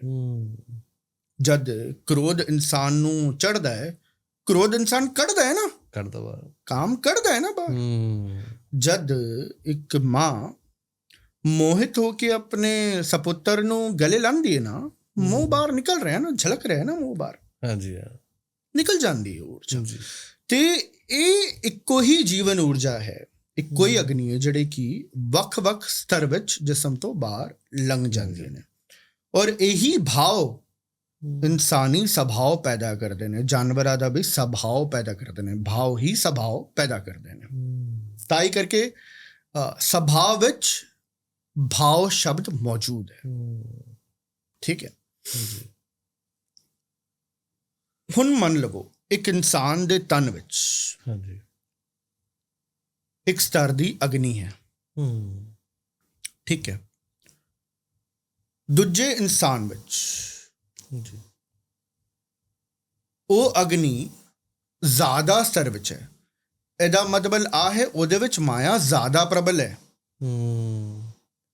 ਹੋਰ ਅਗਰ ਮਾਇਆ ਜ਼ਿਆਦਾ ਪ੍ਰਬਲ ਹੈ, ਇਹਦਾ ਮਤਲਬ ਆ ਹੈ ਕਿ ਉਹਦੇ ਮਨ ਵਿੱਚ ਇਸ ਇਨਸਾਨ ਦੇ ਕੰਪੈਰੀਸ਼ਨ ਵਿੱਚ ਜ਼ਿਆਦਾ ਜੁਨੀਆਂ ਪੈਦਾ ਹੋ ਚੁੱਕੀਆਂ ਨੇ। ਜਿਹੜੀ ਨੈਗੇਟਿਵਿਟੀ ਤੇ ਪੋਜ਼ਿਟਿਵਿਟੀ ਹੈ ਨਾ, ਹਾਂਜੀ, ਉਹਦੇ ਦੋ ਚਿੰਨ੍ਹ ਹੁੰਦੇ ਨੇ, ਇੱਕ ਬਦਬੂ ਤੇ ਇੱਕ ਅਗਨੀ। ਉਹ ਦੋਵੇਂ ਬਦਬੂ ਤੇ ਅਗਨੀ ਦੋਵੇਂ ਨਾਲ ਜੁੜੇ ਨੇ, ਜਿਕਨ ਖੁਸ਼ਬੂ ਔਰ ਠੰਡਕ ਦੋਵੇਂ ਵੀ ਇੱਕ ਦੂਜੇ ਦੇ ਨਾਲ ਜੁੜੇ ਨੇ। ਹਾਂਜੀ, ਅਗਰ ਤੁਸੀਂ ਗੌਰ ਕਰੋਗੇ, ਜਦ ਤੁਹਾਡਾ ਤਨ ਬਹੁਤ ਜ਼ਿਆਦਾ ਗਰਮ ਹੋ ਜਾਂਦਾ ਹੈ, ਨੈਚੁਰਲੀ ਪਸੀਨਾ ਨਿਕਲੇਗਾ। ਹਾਂਜੀ, ਔਰ ਪਸੀਨਾ ਖੁਸ਼ਬੂ ਤੋਂ ਨਹੀਂ ਫੈਲਾਏਗਾ, ਬਦਬੂ ਹੀ ਫੈਲਾਏਗਾ। ਇਹਦਾ ਮਤਲਬ ਆ ਹੈ ਕਿ ਅਗਨੀ ਤੇ ਬਦਬੂ ਨਾਲ ਜੁੜੇ ਹੈ। ਹੋਰ ਤੁਸੀਂ ਅਗਰ ਕੋਈ ਗ੍ਰੀਨਰੀ ਵਿੱਚ ਚਾਹੋਗੇ, ਹਾਂਜੀ, ਜਾਂ ਕੋਈ ਫੁੱਲ ਦੇ ਨੇੜੇ ਚਾਹੋਗੇ, ਨੈਚੁਰਲੀ ਤੁਹਾਨੂੰ ਖੁਸ਼ਬੂ ਆਉਂਦੀ ਹੈ। ਹਾਂਜੀ, ਤੁਸੀਂ ਉਸਨੂੰ ਫੜ ਕੇ ਵੇਖੋਗੇ, ਹੱਥ ਲਾਓਗੇ ਤਾਂ ਠੰਡਕ ਮਹਿਸੂਸ ਹੋਏਗੀ। ਇਹਦਾ ਮਤਲਬ ਆ ਹੈ ਠੰਡਕ ਤੇ ਖੁਸ਼ਬੂ ਜੁੜੇ ਰਾਈਟ। ਇਹ ਜਿੰਨੇ ਵੀ ਜੂਨੀਆਂ ਹੈ ਨੇ ਨਾ, ਇੱਕ ਵੱਖ-ਵੱਖ ਸਤਰ ਦੀ ਅਗਨੀ ਹੀ ਡਿਸਾਈਡ ਕਰਦੀ ਹੈ ਕਿ ਕਿੰਨੀ ਜੂਨੀਆਂ ਪੈਦਾ ਹੋ ਚੁੱਕੇ ਨੇ। ਜਿਕਨ ਮੈਂ ਬੋਲਿਆ, ਅਗਨੀ ਭਾਵ ਕੀ ਹੈ? ਇੱਕ ਸਤਰ ਦੀ ਅਗਨੀ, ਔਰ ਅਗਨੀ ਹੀ ਜੂਨੀਆਂ ਨੂੰ ਪੈਦਾ ਕਰ ਰਹੀ ਹੈ। ਅਹੰਕਾਰ ਇੱਕ ਸਤਰ ਦੀ ਅਗਨੀ ਤਾਂ ਹੈ, ਔਰ ਉਹੀ ਜੂਨੀ ਨੂੰ ਪੈਦਾ ਕਰ ਰਹੀ ਹੈ। ਕਾਮ ਇੱਕ ਸਤਰ ਦੀ ਅਗਨੀ ਹੈ, ਉਹ ਜੂਨੀ ਨੂੰ ਪੈਦਾ ਕਰ ਰਹੀ ਹੈ। ਇਹਦਾ ਮਤਲਬ ਇਹ ਜੂਨੀਆਂ ਜਿਹੜੇ ਹੈ ਨੇ, ਇਹ ਵੱਖ-ਵੱਖ ਅਗਨੀ ਦੇ ਸਤਰ ਦੇ ਹਿਸਾਬ ਨਾਲ ਵੰਡੀਆਂ ਆਈਆਂ ਨੇ। ਫੋਰ ਐਨ ਐਗਜ਼ਾਮਪਲ, ਗੁਰੂ ਸਾਹਿਬ ਚੌਪਾਈ ਸਾਹਿਬ ਵਿੱਚ ਬੋਲਦੇ ਨੇ, ਅੰਡਜ ਜੇਰਜ ਸੇ ਤਜਕੀਨੀ ਊਦ ਵਿੱਚ ਖਾਨ ਪਹਰਸ। ਇਹ ਜਿਹੜੇ ਜੂਨੀਆਂ ਹੈ ਨੇ, ਚਾਰ ਫਿਜ਼ੀਕਲ ਕੈਟੇਗਰੀਜ਼ ਵਿੱਚ ਵੰਡੀਆਂ ਆਈਆਂ ਨੇ। ਗਰਭ ਅਵਸਥਾ, ਜਿਸਨੂੰ ਮੈਮਲਸ ਬੋਲਦੇ ਨੇ, ਆਪਾਂ ਮੈਮਲਸ ਹਾਂ ਜੀ, ਰਾਈਟ। ਫਿਰ ਉਸ ਤੋਂ ਬਾਅਦ ਅੰਡਾ, ਅੰਡੇ ਤੋਂ ਵੀ ਜੀਵ ਪੈਦਾ ਹੁੰਦੇ ਨੇ, ਹਾਂਜੀ, ਰਾਈਟ। ਗੰਦਗੀ ਤੋਂ ਵੀ ਜੀਵ ਪੈਦਾ ਹੁੰਦੇ ਨੇ, ਮੈਲ ਤੋਂ, ਹਾਂਜੀ, ਰਾਈਟ। ਹੋਰ ਇੱਕ ਜ਼ਰੀਏ ਤੋਂ ਜੀਵ ਪੈਦਾ ਹੁੰਦੇ ਨੇ। ਇਸ ਵੇਲੇ ਮੈंने ਜੀ, ਹਾਂਜੀ, ਬਹਰਹਾਲ ਚਾਰ ਵੱਖ-ਵੱਖ ਤਰੀਕੇ ਤੋਂ ਜੀਵ ਪੈਦਾ ਹੁੰਦੇ ਨੇ। ਇਸ ਤੋਂ ਇਲਾਵਾ ਇਹ ਫਿਜ਼ੀਕਲ ਐਸਪੈਕਟ ਹੈ। ਇੱਕ ਹੋਰ ਇੱਕ ਮੈਟਾਫਿਜ਼ੀਕਲ ਐਸਪੈਕਟ ਹੈ, ਮਤਲਬ ਜਿਹੜਾ ਕਿ ਫਿਜ਼ੀਕਲ ਨਹੀਂ, ਉਹ ਹੈ ਭੂਤ ਪ੍ਰੇਤ, ਹਾਂਜੀ, ਜਿੰਨ ਤੇ ਨਾਲ ਹੀ ਨਾਲ ਦੇਵਤੇ। ਮੰਨ ਲਓ ਇੱਕ ਇਨਸਾਨ ਵਿੱਚ ਇੱਕ ਸਤਰ ਦੀ ਅਗਨੀ ਪੈਦਾ ਹੋ ਗਈ। ਹਾਂਜੀ, ਇੱਕ ਇਨਸਾਨ ਵਿੱਚ ਇੱਕ ਸਤਰ ਦੀ ਅਗਨੀ ਪੈਦਾ ਹੋ ਗਈ, ਜਿਹੜੀ ਅਗਨੀ ਏਕਨ ਜੀਵ ਵਿੱਚ ਹੁੰਦੀ ਹੈ, ਜਿਹੜੇ ਕਿ ਅੰਡੇ ਤੋਂ ਪੈਦਾ ਹੁੰਦਾ ਹੈ। ਇਹਦਾ ਮਤਲਬ ਉਹ ਇਨਸਾਨ ਹੁਣ ਅੰਡੇ ਦੇ ਜੀਵਾਂ ਵਿੱਚੋਂ ਪੈਦਾ ਹੋਏਗਾ, ਕਿਉਂਕਿ ਉਸ ਸਤਰ ਦੀ ਅਗਨੀ ਉਹਦੇ ਵਿੱਚ ਪੈਦਾ ਹੋ ਗਈ।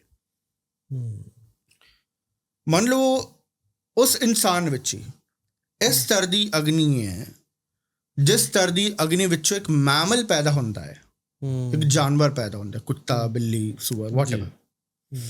तो फिर वो इंसान मैमल ਦੇ ਰੂਪ ਵਿੱਚ ਹੀ ਪੈਦਾ ਹੋਏਗਾ। ਕੁਝ ਵੀ ਹੋ ਸਕਦਾ ਹੈ, ਰਾਈਟ। ਮੰਨ ਲਵੋ ਇਨਸਾਨ ਵਿੱਚ ਬਹੁਤ ਜ਼ਿਆਦਾ ਮੈਲ ਭਰੀ ਹੈ, ਜਿਵੇਂ ਮੈਂ ਬੋਲਿਆ ਬਦਬੂ ਤੇ ਅਗਨੀ ਜੁੜੇ ਨੇ, ਬਹੁਤ ਜ਼ਿਆਦਾ ਅਗਨੀ ਹੈ, ਬਹੁਤ ਜ਼ਿਆਦਾ ਹੀ ਮੈਲ ਹੈ। ਫਿਰ ਉਹ ਇਨਸਾਨ ਏਕਨ ਜੀ ਜੀਵ ਦੇ ਥਰੂ ਪੈਦਾ ਹੋਏਗਾ, ਜਿਹੜੇ ਕਿ ਗੰਦਗੀ ਤੋਂ ਹੀ ਪੈਦਾ ਹੁੰਦੇ ਨੇ। याद आ गई मैंने चौथी जूनी भी, हर्ब्स, प्लांट्स, ये भी एक जूनी उत्पज है ना, राइट, आई फॉरगॉट। ते मान लो वो एक अभ्यासी है, जिसने अभ्यास के जरिए, अध्ययन के जरिए बहुत ज्यादा आप अपने तापमान नू घटा लेता, लेकिन तर नहीं पाया। संभावना है कि वो ਬਨਸਪਤੀ ਦਾ ਰੂਪ ਇਖਤਿਆਰ ਕਰੇਗਾ, ਕਿਉਂਕਿ ਬਨਸਪਤੀ ਵਿੱਚ ਬਹੁਤ ਘੱਟ ਮਾਤਰਾ ਵਿੱਚ ਅਗਨੀ ਹੈ। ਮੰਨ ਲਓ ਉਹ ਹੱਦ ਤੋਂ ਵੱਧ ਹੀ ਵਧਾ ਲਿੱਤਾ, ਇਸ ਹੱਦ ਤੇ ਹੀ ਵਧਾ ਲਿੱਤਾ ਕਿ ਮ੍ਰਿਤਿੂ ਦੇ ਨੇੜੇ ਪਹੁੰਚ ਗਿਆ, ਲੇਕਿਨ ਸਰੀਰ ਦਾ ਸਮਾਂ ਸਮਾਪਤ। ਫਿਰ ਇਸ ਨੂੰ ਗੁਰੂ ਸਾਹਿਬ ਬੋਲਦੇ ਨੇ ਇਹ ਦੇਹੀ ਕੋ ਸਿਮਰੇ ਦੇਵ, ਉਹ ਦੇਵਤਾ ਦੀ ਕੈਟੇਗਰੀ ਵਿੱਚ ਆਏਗਾ। ਹੁਣ ਆਪਾਂ 4 ਫਿਜ਼ੀਕਲ ਤੋਂ ਮੈਟਾਫਿਜ਼ੀਕਲ ਵੱਲ ਵੱਧ ਰਹੇ ਹਾਂ, ਆਤਮਾ ਵੱਲ ਵੱਧ ਰਹੇ ਹਾਂ, ਮਨ ਵੱਲ ਵੱਧ ਰਹੇ ਹਾਂ। ਰਾਈਟ, ਇਹ ਬਹੁਤ ਜ਼ਿਆਦਾ ਪਵਿੱਤਰ ਜੂਨੀ ਹੈ, ਜਿਹੜੀ ਕਿ ਟੈਕਨੀਕਲੀ ਜੂਨੀਆ ਦੀ ਕੈਟੇਗਰੀ ਵਿੱਚ ਆਉਂਦਾ ਹੀ ਨਹੀਂ। ਜੂਨੀ ਮਤਲਬ ਜੂ, ਜਿਹੜਾ ਕਿ ਪੈਦਾ ਹੋਇਆ, ਇਹ ਪੈਦਾ ਹੋਇਆ ਹੀ ਨਹੀਂ। ਇਹ ਜਿਹੜੇ ਦੇਵਤੇ ਨੇ, ਜਿਹੜੇ ਕਿ ਤਰ ਨਹੀਂ ਪਾਏ, ਇਹ ਇਨਸਾਨੀ ਸਰੀਰ ਨੂੰ ਲੋਚਦੇ ਨੇ, ਤਰਸਦੇ ਨੇ। ਤਾਂ ਹੀ ਕਰਕੇ ਗੁਰੂ ਸਾਹਿਬ ਬੋਲਦੇ ਨੇ ਇਹ ਦੇਹੀ ਕੋ ਸਿਮਰੇ ਦੇਵ, ਕਿਉਂਕਿ ਉਹ ਸਮਝ ਚੁੱਕੇ ਨੇ ਕਿ ਮੈਂ ਅਗਰ ਤਰਨਾ ਹੈ ਤਾਂ ਇਹ ਸਰੀਰ ਵਿੱਚੋਂ ਤਰ ਸਕਦਾ। ਇਹ ਸਰੀਰ ਵਿੱਚ ਉਹ ਟੈਕਨੋਲੋਜੀ ਹੈ, ਉਹ ਕੈਪੇਬਿਲਿਟੀ ਹੈ ਜੀ। ਇਹ ਹੋਈ ਗੱਲ ਠੰਡਕ ਦੀ। ਮੰਨ ਲਵੋ ਅਗਰ ਇੱਕ ਇਨਸਾਨ ਹੈ ਜਿਹਦੇ ਵਿੱਚ ਹੱਦ ਤੋਂ ਵੱਧ ਹੀ ਅਗਨੀ ਵੱਧ ਗਈ, ਹੱਦ ਤੋਂ ਵੱਧ ਹੀ ਕੂੜ ਵੱਧ ਗਿਆ, ਇਹਦਾ ਮਤਲਬ ਆ ਹੈ ਹੁਣ ਉਹ ਇੱਕਨ ਜੀ ਜੀਵ ਵਿੱਚੋਂ ਵੀ ਪੈਦਾ ਨਹੀਂ ਹੋ ਸਕਦਾ ਜਿਹੜੇ ਜੀਵ ਗੰਦਗੀ ਵਿੱਚੋਂ ਪੈਦਾ ਹੋ ਰਹੇ ਨੇ। ਫਿਰ ਉਹ ਭੂਤਾ ਪ੍ਰੇਤਾ ਦਾ ਰੂਪ ਇਖਤਿਆਰ ਕਰੇਗਾ। ਇਸ ਤੋਂ ਵੱਧ ਵੀ ਜਾਂਦੀ ਹੈ ਅਗਨੀ। ਅੱਛਾ, ਉਹ ਗਈ ਤੇ ਫਿਰ ਉਹ ਭੂਤ ਪ੍ਰੇਤ ਦੀ ਜੂਨੀ ਵਿੱਚ ਵੀ ਨਹੀਂ ਜਾ ਸਕਦਾ। ਹੁਣ ਫਿਰ ਮੈਨੂੰ ਸ਼ਬਦ ਜੂਨੀ ਦਾ ਇਸਤੇਮਾਲ ਕਰਨਾ ਪੜਿਆ। ਭੂਤ ਪ੍ਰੇਤ ਜੂਨੀ ਹੈ ਹੀ ਨਹੀਂ ਟੈਕਨੀਕਲੀ, ਕਿਉਂਕਿ ਪੈਦਾ ਨਹੀਂ ਹੋ ਰਿਹਾ। ਬਹਰਹਾਲ ਤੁਸੀਂ ਸਮਝ ਸਕਦੇ ਹੋ। ਤਾਂ ਫਿਰ ਉਹ ਜਿੰਨ ਦੇ ਰੂਪ ਵਿੱਚ, ਜਿਸ ਨੂੰ ਡੀਮਨ ਜਾਂ ਡੈਵਲ ਬੋਲਦੇ ਨੇ, ਹੋਰ ਜ਼ਿਆਦਾ ਨੈਗੇਟਿਵ, ਉਹਦੇ ਵਿੱਚ ਜਾ ਕੇ ਫਸੇਗਾ। ਇੱਕ ਜੇ ਇਨਸਾਨ ਤੁਹਾਨੂੰ ਦੱਸ ਜਾਣਗੇ, ਜਿਕਨ ਅਡੋਲਫ ਹਿਟਲਰ ਹੋ ਗਿਆ, ਹਿਟਲਰਾਂ ਦੀ ਕੋਈ ਕਮੀ ਨਹੀਂ ਹੈ ਦੁਨੀਆ ਵਿੱਚ। ਵੱਡੇ ਵੱਡੇ ਚੰਗੇ ਚੰਗੇ ਹਿਟਲਰ ਪੈਦਾ ਹੋਏ ਨੇ, ਅੱਜ ਦੀ ਤਾਰੀਖ ਵਿੱਚ ਵੀ ਚੰਗੇ ਚੰਗੇ ਹਿਟਲਰ ਹੈ ਨੇ। ਰਾਈਟ, ਤਾਂ ਹੀ ਕਰਕੇ ਗੁਰੂ ਸਾਹਿਬ ਬੋਲਦੇ ਨੇ ਕੱਲੀ ਅੰਦਰ ਨਾਨਕਾ ਜਿੰਨਾ ਦਾ ਅਵਤਾਰ। ਮੈਂ ਤੁਹਾਨੂੰ ਇਹ ਪੰਕਤੀ ਨਾਲ ਰਿਲੇਟਡ ਵੀ ਵਿਸ਼ਲੇਸ਼ਣ ਦੇ ਦਿੰਦਾ ਜੀ ਜੀ। ਤੁਹਾਨੂੰ ਜਾਣ ਕੇ ਹੈਰਾਨਗੀ ਹੋਵੇਗੀ ਕਿ ਮੰਨ ਲਓ ਕੋਈ ਜਿੰਨ ਹੈ, ਅਗਰ ਉਸਨੂੰ ਇੱਕ ਜਿਸਮਾਨੀ ਰੂਪ ਇਖਤਿਆਰ ਕਰਨਾ ਹੈ ਤਾਂ ਉਹ ਕੀੜੇ ਮਕੌੜੇ ਦਾ ਰੂਪ ਇਖਤਿਆਰ ਨਹੀਂ ਕਰ ਸਕਦਾ। ਉਹ ਹਰਬਸ ਜਾਂ ਪਲਾਂਟਸ ਦਾ ਰੂਪ, ਬਨਸਪਤੀ ਦਾ ਰੂਪ ਇਖਤਿਆਰ ਨਹੀਂ ਕਰ ਸਕਦਾ ਜੀ। ਉਹ ਜਾਨਵਰਾਂ ਦਾ ਵੀ ਰੂਪ ਇਖਤਿਆਰ ਨਹੀਂ ਕਰ ਸਕਦਾ। ਇੱਕ ਅੰਡੇ ਜੀਵਾਂ ਦਾ ਵੀ ਰੂਪ ਇਖਤਿਆਰ ਨਹੀਂ ਕਰ ਸਕਦਾ, ਜਿਹੜੇ ਕਿ ਅੰਡੇ ਤੋਂ ਪੈਦਾ ਹੁੰਦੇ ਨੇ, ਲੇਕਿਨ ਇਨਸਾਨ ਦਾ ਰੂਪ ਇਖਤਿਆਰ ਕਰ ਸਕਦਾ ਹੈ। ਉਹ ਕਿਸ ਤਰ੍ਹਾਂ? ਜਿਕਰ ਮੈਂ ਤੁਹਾਨੂੰ ਬੋਲਿਆ ਹਾਲੇ ਕਿ ਮਨ ਵਿੱਚ ਪਹਿਲੇ ਹੀ ਜੂਨੀਆਂ ਪੈਦਾ ਹੋ ਜਾਂਦੀਆਂ ਨੇ।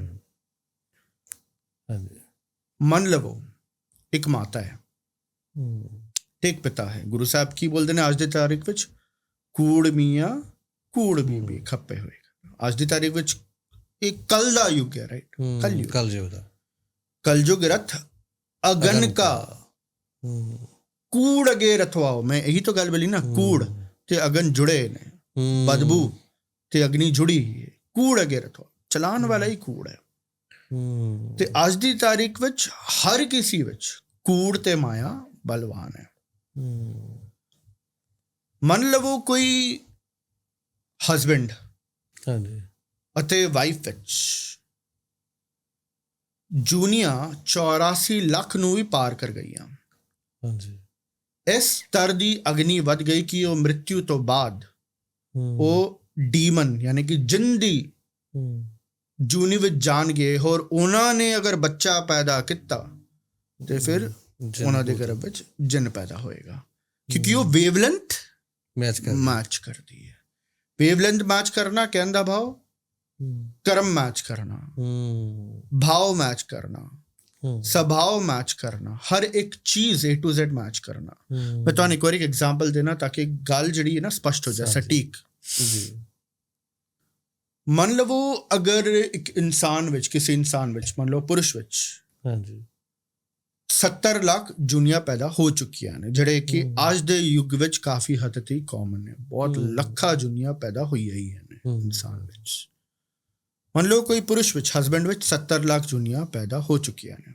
ਅੱਛਾ, ਹੋਰ ਇੱਕ ਨਾਰੀ ਵਿੱਚ 50 ਲੱਖ ਜੂਨੀਆਂ ਪੈਦਾ ਹੋ ਚੁੱਕੀਆਂ ਨੇ, ਰਾਈਟ। ਹੋਰ ਉਹਨਾਂ ਦੇ ਥਰੂ ਜਿਹੜਾ ਬੱਚਾ ਪੈਦਾ ਹੋਏਗਾ, ਇੱਕ ਜਿਹਾ ਬੱਚਾ ਪੈਦਾ ਹੋਏਗਾ ਜਿਹਦੇ ਵਿੱਚ ਪਹਿਲੇ ਤੋਂ ਹੀ 60 ਲੱਖ ਜੂਨੀਆਂ ਪਹਿਲੇ ਤੋਂ ਹੀ ਮੌਜੂਦ ਹੈ। ਇਹਦਾ ਮਤਲਬ ਇਹ ਹੈ ਕਿ ਉਸ ਨੂੰ ਇਨਸਾਨੀ ਰੂਪ ਇਖਤਿਆਰ ਕਰਨਾ ਚਾਹੀਦਾ ਹੀ ਨਹੀਂ ਸੀ, ਉਸ ਨੂੰ ਪੈਦਾ ਹੋਣਾ ਚਾਹੀਦਾ ਸੀ ਲਗਭਗ ਗੰਦਗੀ ਤੋਂ। ਜਿਹੜੇ ਗੰਦਗੀ ਤੋਂ ਜੀਵ ਪੈਦਾ ਹੁੰਦੇ ਨੇ ਨਾ, ਉਹਦੇ ਵਿੱਚੋਂ ਪੈਦਾ ਹੋਣਾ ਚਾਹੀਦਾ ਸੀ ਉਸ ਸ਼ਿਸ਼ੂ ਨੂੰ। ਲੇਕਿਨ ਕਿਉਂਕਿ ਉਹਦੇ ਮਾਂ-ਪਿਓ ਇਸ ਤਰ੍ਹਾਂ ਦੀ ਜੂਨੀਆਂ ਪਹਿਲੇ ਤੋਂ ਹੀ ਪੈਦਾ ਕਰ ਚੁੱਕੇ ਦੇ ਮਨ ਵਿੱਚ, ਉਹਨਾਂ ਦੇ ਮਨ ਵਿੱਚ, ਤਾਈ ਕਰਕੇ ਸ਼ਿਸ਼ੂ ਦੀ ਵੇਵਲੈਂਥ ਮਾਤਾ ਪਿਤਾ ਨਾਲ ਪਰਫੈਕਟਲੀ ਮੈਚ ਹੋ ਗਈ। ਤਾਈ ਕਰਕੇ ਉਹੀ ਜੂਨੀ ਦਾ ਬੱਚਾ ਇਸ ਗਰਭ ਵਿੱਚੋਂ ਪੈਦਾ ਹੋਇਆ। 50 ਲੱਖ 70 ਲੱਖ 60 ਲੱਖ ਜੂਨੀਆਂ ਵਾਲਾ ਸ਼ਿਸ਼ੂ ਪੈਦਾ ਹੋਏਗਾ, ਇੱਕਦਮ ਸੈਂਟਰਲਾਈਜ਼ ਲੋਕੇਸ਼ਨ, ਇੱਕਦਮ ਵਿਚਕਾਰ 70 ਤੇ 50 ਦੇ ਵਿਚਕਾਰ 60 ਹੁੰਦਾ ਹੈ। ਤੁਸੀਂ ਕਦੀ ਵੀ ਗੌਰ ਕਰੋਗੇ ਜਿਹੜੇ ਬੱਚੇ ਦਾ ਸੁਭਾਅ ਹੁੰਦਾ ਹੈ, ਕੁਝ ਹੱਦ ਤਾਈਂ ਮਾਤਾ ਦਾ ਸੁਭਾਅ ਹੁੰਦਾ ਹੈ, ਕੁਝ ਹੱਦ ਤਾਈਂ ਪਿਤਾ ਦਾ ਸੁਭਾਅ ਹੁੰਦਾ ਹੈ, ਕੁਝ ਹੱਦ ਤਾਈਂ ਨਾਨਕਿਆਂ ਦਾ ਸੁਭਾਅ ਹੁੰਦਾ ਹੈ, ਕੁਝ ਹੱਦ ਤਾਈਂ ਦਾਦਕਿਆਂ ਦਾ ਸੁਭਾਅ ਹੁੰਦਾ ਹੈ। ਇਹਦਾ ਮਤਲਬ ਆ ਹੈ ਕਿ ਬੱਚਾ ਜਿਹੜਾ ਇੱਕ ਸੈਂਟਰਲਾਈਜ਼ਡ ਐਂਟਿਟੀ ਹੈ। ਤਾਈ ਕਰਕੇ ਬੋਲ ਰਿਹਾ, ਅਗਰ ਮਾਤਾ ਦੇ ਮਨ ਵਿੱਚ 50 ਲੱਖ ਜੂਨੀਆਂ ਪੈਦਾ ਹੋ ਚੁੱਕੀਆਂ ਨੇ ਤੇ ਪਿਤਾ ਦੇ ਮਨ ਵਿੱਚ 70 ਲੱਖ ਜੂਨੀਆਂ ਪੈਦਾ ਹੋ ਚੁੱਕੀਆਂ ਨੇ, ਫਿਰ ਸ਼ਿਸ਼ੂ ਇੱਕ ਜਿਹਾ ਪੈਦਾ ਹੋਏਗਾ ਜਿਹਦੇ ਵਿੱਚ ਪਹਿਲੇ ਤੋਂ ਹੀ 60 ਲੱਖ ਜੂਨੀਆਂ ਪੈਦਾ ਹੋਈਆਂ ਹੀ ਨੇ। ਔਰ ਅਗਰ ਮੰਨ ਲਵੋ ਉਹ ਬੱਚਾ 84 ਲੱਖ ਤੋਂ ਵੀ ਕਈ ਹੱਦ ਤੇ ਹੀ ਪਾਰ ਹੋ ਗਿਆ, ਫਿਰ ਉਹ ਭੂਤ ਪ੍ਰੇਤ ਜਾਂ ਫਿਰ ਜਿੰਨੀ ਪੈਦਾ ਹੋ ਰਿਹਾ ਹੈ, ਇਹ ਅੱਜ ਦੀ ਤਾਰੀਖ ਵਿੱਚ ਸੰਦਿਸਦਾ ਹੈ। ਜਿਹੜੇ ਬਲਤਕਾਰੀਆਂ ਨੇ, ਜਿਹੜੇ ਕਿ ਆਪਣਾ ਵੱਡੇ ਵੱਡੇ ਗੁੰਡੇ ਮਵਾਲੀਆ, ਜਿਹੜੇ ਕਿ ਅੱਜ ਦੀ ਤਾਰੀਖ ਵਿੱਚ ਰਾਜ ਕਰ ਰਹੇ ਨੇ ਸਾਡੇ ਸਰ ਤੇ, ਸਾਰੇ ਦੇ ਸਾਰੇ ਭੂਤ ਪ੍ਰੇਤ ਜਿੰਨੀ ਤੇ ਨੇ। ਹੋਰ ਕੀ ਨੇ? ਹੋ ਸਕਦਾ ਹੈ ਥੋੜਾ ਜਿਹਾ ਸਟੇਟਮੈਂਟ ਕੰਟਰੋਵਰਸ਼ੀਅਲ ਰਹੇ, ਲੇਕਿਨ ਗੁਰੂ ਸਾਹਿਬ ਬੋਲਦੇ ਨੇ ਨਾ ਕਿ ਨਾਨਕ ਆਖੇ ਸੱਚ ਕੀ ਬਾਣੀ, ਸੱਚ ਸੁਣਾਏ ਸੀ ਸੱਚ ਕੀ ਬੋਲ, ਜੋ ਹੈ ਸੋ ਹੈ, ਜਿਕਨ ਹੈ ਉਕਨ ਬਿਆਨ ਕਰਨਾ ਪਏਗਾ। ਵਰਨਾ ਗੁਰੂ ਸਾਹਿਬ ਜਿਕਨ ਬੋਲਦੇ ਨੇ ਜੀਓ ਮੇਲੇ ਬਾਹਰੋਂ, ਅੰਦਰ ਦੀ ਕੁਛ ਔਰ ਬਾਹਰ ਦੀ ਕੁਛ ਔਰ, ਸੰਭਵ ਹੀ ਨਹੀਂ ਹੈ। ਤੇ ਜੂਨੀਆਂ ਇਸ ਹਿਸਾਬ ਨਾਲ ਵੰਡੀ ਆਈਆਂ ਨੇ, ਜਿੰਨਾ ਸਤਿਗੁਰੂ ਜੀ ਦੀ ਕਿਰਪਾ ਨਾਲ ਦਾਸ ਨੇ ਧਿਆਨ ਦਿੱਤਾ, ਜਿੰਨਾ ਮੈਂ ਸਮਝ ਪਾਇਆ, ਇਸ ਹਿਸਾਬ ਨਾਲ ਵੰਡੀਆਂ ਨੇ। ਹੋ ਸਕਦਾ ਹੋਰ ਵੀ ਗਹਿਰਾਈ ਉਹਦੇ ਵਿੱਚ। ਹਾਂਜੀ। ਇੱਕ ਹੋਰ ਵੀ ਬਚਨ ਹੁੰਦਾ ਬਾਣੀ ਦਾ ਵੀ, ਜੈ ਕਰ ਸਾਧ ਨਾ ਸੇਵੀ ਹੈ, ਭੂਤ ਬਸੇ ਤਿੰਨ ਵਾਹੇ। ਯੈਸ, ਨੈਚੁਰਲ ਹੈ ਨਾ, ਬਹੁਤ ਨੈਚੁਰਲ ਹੈ। ਦੇਖੋ, ਕੁੰਡਲਿਨੀ ਸ਼ਕਤੀ ਜਿੰਨਾ ਥੱਲੇ ਦੀ ਤਰਫ ਜਾਏਗੀ, ਹਾਂਜੀ, ਉਨੀ ਜ਼ਿਆਦਾ ਹੀ ਨਕਾਰਾਤਮਕਤਾ, ਉਨੀ ਜ਼ਿਆਦਾ ਨੈਗੇਟਿਵਿਟੀ ਜੀ। ਔਰ ਜਿੰਨੀ ਜ਼ਿਆਦਾ ਨੈਗੇਟਿਵਿਟੀ ਉਨੀ ਜ਼ਿਆਦਾ ਜੂਨੀਆਂ। कुंडलिनी शक्ति अभ्यास अध्ययन के जरिए अगर उत्ते की तरफ आएगी तो नेचुरली इंसान साधु बनेगा। साधु बनेगा तो फिर बड़ी वड्डी संभावना है कि जूनिया दी जड़ी चक्रव्यूह दे विच नहीं फसेगा। तो ताई करके तो गुरु साहब बोलते हैं अगर साधु नहीं है तो फिर भूत प्रेत तो उसने धीमे धीमे बन ही जाना है। क्योंकि देखो एक चक्कर की है ना, जड़ी ग्रेविटी है वो 24 घंटे काम कर रही है। हाँ जी। इस वेले आपां जिस पोस्टर विच बैठे हैं, इस वेले भी अगर आप अभ्यास ना करिए, अध्ययन ना करें, इस वेले साडी कुंडलिनी शक्ति उत्तर की तरफ आ रही है, क्योंकि आप एकंजे आयाम बारे गल कर रहे हैं। राइट। अगर आप अभ्यास ना करिए, अध्ययन ना करिए, साध संगत कहंदा भाव साधुआ दी संगत ना करिए तो ग्रेविटी कुंडलिनी शक्ति को थल्ले की तरफ खिंचेगी। और कुदरत का नियम है, कुदरत कदी भी नहीं चाहेगी कि तुसी तरो, कदी भी नहीं चाहेगी, क्योंकि कुदरत दी जिंदगी साडी जिंदगी उत्ते निर्भर है। साडी भी जिंदगी कुदरत दी जिंदगी उत्ते निर्भर है, लेकिन कुदरत दी जिंदगी साडी जिंदगी उत्ते निर्भर भी है। ताई करके कूड़ दी तरफ जाना बहुत सौखा है, वो कुदरती लेके टुर जाएगी। आध्यात्म मल जाना, नाम जपना बचिया दा खेड़ नहीं है, बहुत औखा है। कुदरत नहीं चाहेगी तुसी उस पासे जाओ। ताई करके ग्रेविटी थल्ले दी तरफ है, उत्ते दी तरफ नहीं है। उत्ते दी तरफ हुंदी तो सारे तर जांदे सी। चक्कर ही है ना, कुंडलिनी शक्ति अपने आप ही उत्ते दी तरफ आके खिड़ जांदे सी। खत्म, ज्योति ज्योत रली संपूर्ण थी आराम। कुदरत नहीं चाहती, कुदरत चाहती तुसी ये चक्रव्यूह विच फसे रहो। सिंपल जी एनालॉजी है, मान लो अगर हर एक चीज, अगर हर एक जीव ਇਨਸਾਨ ਬਣਦੇ ਗਿਆ ਹਾਂਜੀ ਤੇ ਤਰਦੇ ਗਿਆ, ਸਲੋਲੀ ਐਂਡ ਸਟਡੀਲੀ ਜੀਵਨ ਤੋਂ ਕੁਦਰਤ ਵਿੱਚੋਂ ਸਮਾਪਤ ਨਾ, ਤੇ ਕੁਦਰਤ ਸਮਾਪਤ। ਕੋਈ ਵੀ ਮੰਨ ਲਵੋ ਅਗਰ ਕੋਈ ਇਨਸਾਨ ਹੈ, ਤੁਸੀਂ ਉਸਨੂੰ ਜਾਨ ਤੋਂ ਮਾਰਨਾ ਚਾਹੋਗੇ ਕਿ ਉਹ ਮਰਨਾ ਚਾਹੇਗਾ ਨਹੀਂ, तो अपनी जिंदगी बचाना चाहेगा ना। ठीक उसी तरह कुदरत भी अपनी जिंदगी बचाना चाहती है, वो नहीं मरना चाहती, ताई करके चाहती तुसी चक्रे विच फसे रहो। सही गल, उसनों अध्यात्म नाल कुछ लेना देना नहीं है, उसनों धर्म नाल नाम नाल कुछ लेना देना नहीं है। अच्छा, वो चाहती कि आपां चक्रे विच फसे रहे, वो चाहती है कि आपां फसीए रहिए, ਵਸੀਏ ਨਾ ਰਹੀਏ। ਸਹੀ ਗੱਲ ਹੈ, ਇਸ ਤਰ੍ਹਾਂ ਹੀ ਹੈ। ਮਤਲਬ ਹੁਣ ਸਾਰੀਆਂ ਜੂਨਾਂ ਤੋਂ ਜਿਵੇਂ ਤੁਸੀਂ ਦੱਸਿਆ ਨਾ ਵੀ ਇਹ ਹੁਣ ਅਸੀਂ ਕਹਿੰਦੇ ਹਾਂ ਕਿ ਜਿਹੜੀ ਇਹ ਮਨੁੱਖਾ ਦੇ ਹੀ ਹੈ ਨਾ, ਇਹਦੇ ਵਿੱਚ ਹੀ ਅਸੀਂ ਜਿਹੜਾ ਮੁਕਤ ਹੋ ਸਕਦੇ ਹਾਂ, ਹੋਰ ਕੋਈ ਜੂਨੀ ਨਹੀਂ ਹੈਗੀ। ਉਹ ਕੀ ਕਨਸੈਪਟ ਹੈ ਜੀ ਕਿ ਇਸ ਕਿਵੇਂ ਮੁਕਤ ਹੋ ਸਕਦੇ ਹਾਂ ਅਸੀਂ ਇਹ 'ਚੋਂ? ਦੇਖੋ, ਨਿਰਵਾਣ ਵੀ ਕਹਿੰਦੇ ਉਹਨੂੰ ਗੁਰਬਾਣੀ 'ਚ। ਹਾਂ ਨਿਰਵਾਣ ਪਦ ਪਾਇਆ, ਹਾਂਜੀ ਬਿਲਕੁਲ। ਜ਼ਿਕਰ ਮੈਂ ਬੋਲਿਆ ਕਿ ਇੱਕ ਕਿਸਮ ਦੀ ਟੈਕਨੋਲੋਜੀ ਜਿਹੜਾ ਸਰੀਰ ਹੈ ਨਾ ਜੀ, ਇਹ ਲਿਵਿੰਗ ਐਵੋਲਿਊਸ਼ਨ ਦੀ ਲੇਟੈਸਟ ਟੈਕਨੋਲੋਜੀ ਹੈ, ਸਭ ਤੋਂ ਆਧੁਨਿਕ ਟੈਕਨੋਲੋਜੀ ਹੈ। ਅਗਰ ਤੁਸੀਂ ਧਿਆਨ ਦਿਓਗੇ ਤਾਂ ਇਨਸਾਨੀ ਤਨ ਸਭ ਤੋਂ ਕਮਜ਼ੋਰ ਤਨ ਹੈ। ਅੱਛਾ, ਅਗਰ ਤੁਸੀਂ ਸ਼ੇਰ ਨੂੰ ਵੇਖਦੇ ਹੋ ਜਾਂ ਹਾਥੀ ਨੂੰ ਵੇਖਦੇ ਹੋ ਤਾਂ ਮਤਲਬ ਬਿੱਲੀ ਨੂੰ ਵੀ ਵੇਖਦੇ ਹੋ, ਇੱਕ ਬਿੱਲੀ ਨਾਲ ਰੇਸ ਵਿੱਚ ਤੁਸੀਂ ਜਿੱਤ ਸਕਦੇ ਹੋ? ਨਹੀਂ ਜਿੱਤ ਸਕਦੇ। ਫਰੈਂਕਲੀ ਸਪੀਕਿੰਗ, ਅਗਰ ਤੁਸੀਂ ਧਿਆਨ ਦਿਓਗੇ ਜਿਹੜਾ ਸਾਡਾ ਸਟੈਂਡਿੰਗ ਪੋਸਚਰ ਵੀ ਹੈ ਉਨਾ ਫਰਮ ਨਹੀਂ ਹੈ। ਇੱਕ ਧੱਕਾ ਮਾਰੋ ਇਨਸਾਨ ਡਿੱਗ ਜਾਂਦਾ ਹੈ। ਇਹਦਾ ਮਤਲਬ ਆ ਹੈ ਕਿ ਜਿਹੜਾ ਇਨਸਾਨੀ ਤਨ ਇਹ ਤਾਕਤਵਰ ਨਹੀਂ ਹੈ, ਇਨਸਾਨੀ ਮਨ, ਇਨਸਾਨੀ ਬੁੱਧੀ ਤਾਕਤਵਰ ਹੈ। ਆਪਾਂ ਹਰ ਇੱਕ ਜੀਵ ਉੱਤੇ ਰਾਜ ਕਰ ਰਹੇ ਆ ਤਨ ਕਰਕੇ ਨਹੀਂ, ਬੁੱਧੀ ਕਰਕੇ, ਮਨ ਕਰਕੇ, ਗਿਆਨ ਕਰਕੇ। ਸਾਡੀ ਤਾਕਤ ਹੈ ਗਿਆਨ, ਹੋਰ ਬੁੱਧੀ ਕਿੱਥੇ? ਸਭ ਤੋਂ ਉੱਤੇ। ਇੱਕ ਜਾਨਵਰ ਵਿੱਚ ਵੀ ਬੁੱਧੀ ਸਰ ਦੇ ਉੱਤੇ ਹੀ ਹੈ ਨਾ, ਬ੍ਰੇਨ ਜਿਹੜਾ ਹੈ ਸਰ ਦੇ ਉੱਤੇ ਹੀ ਲੋਕੇਟਡ ਹੈ। ਹਾਂਜੀ, ਲੇਕਿਨ ਉਹਦੀ ਜਿਹੜੀ ਬੁੱਧੀ ਦੀ ਸ਼ਮਤਾ ਹੈ ਬਹੁਤ ਸੀਮਤ ਹੈ। ਸਾਡੀ ਬੁੱਧੀ ਦੀ ਸ਼ਮਤਾ ਅਸੀਮ ਹੋ ਸਕਦੀ ਹੈ। ਮੈਂ ਥੋੜੇ ਦਿਨ ਪਹਿਲੇ ਇਹ ਗੱਲ ਬੋਲ ਰਿਹਾ ਸੀ, ਹਾਂਜੀ, ਕਿ ਸਾਡਾ ਜਿਹੜਾ ਲਕਸ਼ ਹੈ ਨਾ ਉਹ ਗਿਆਨੀ ਬਣਨਾ ਨਹੀਂ ਹੈ, ਅਗਿਆਨੀ ਬਣਨਾ ਹੈ। ਅੱਛਾ, ਕਿਉਂਕਿ ਪਰਮਾਤਮਾ ਇੱਕ ਜਿਹਾ ਆयाम ਹੈ ਜਿੱਥੇ ਗਿਆਨ ਦਾ ਕੋਈ ਕੰਮ ਹੀ ਨਹੀਂ ਹੈ, ਉਧਰ ਗਿਆਨ ਨਹੀਂ ਹੈ। ਅੱਛਾ, ਗਿਆਨ ਦਾ ਕੰਮ ਕੀ ਹੈ? ਗਾਈਡ ਕਰਨਾ। ਹਾਂਜੀ, ਗਾਈਡੈਂਸ ਦੀ ਲੋੜ ਕਦ ਹੁੰਦੀ ਇਨਸਾਨ ਨੂੰ? ਜਦ ਇਨਸਾਨ ਰਾਹ ਉੱਤੇ ਹੁੰਦਾ ਹੈ। ਰਾਹ ਉੱਤੇ ਕਿਉਂ ਹੁੰਦਾ ਹੈ? ਤਾਂ ਕਿ ਲਕਸ਼ ਤੇ ਹੀ ਪਹੁੰਚ ਪਾਏ।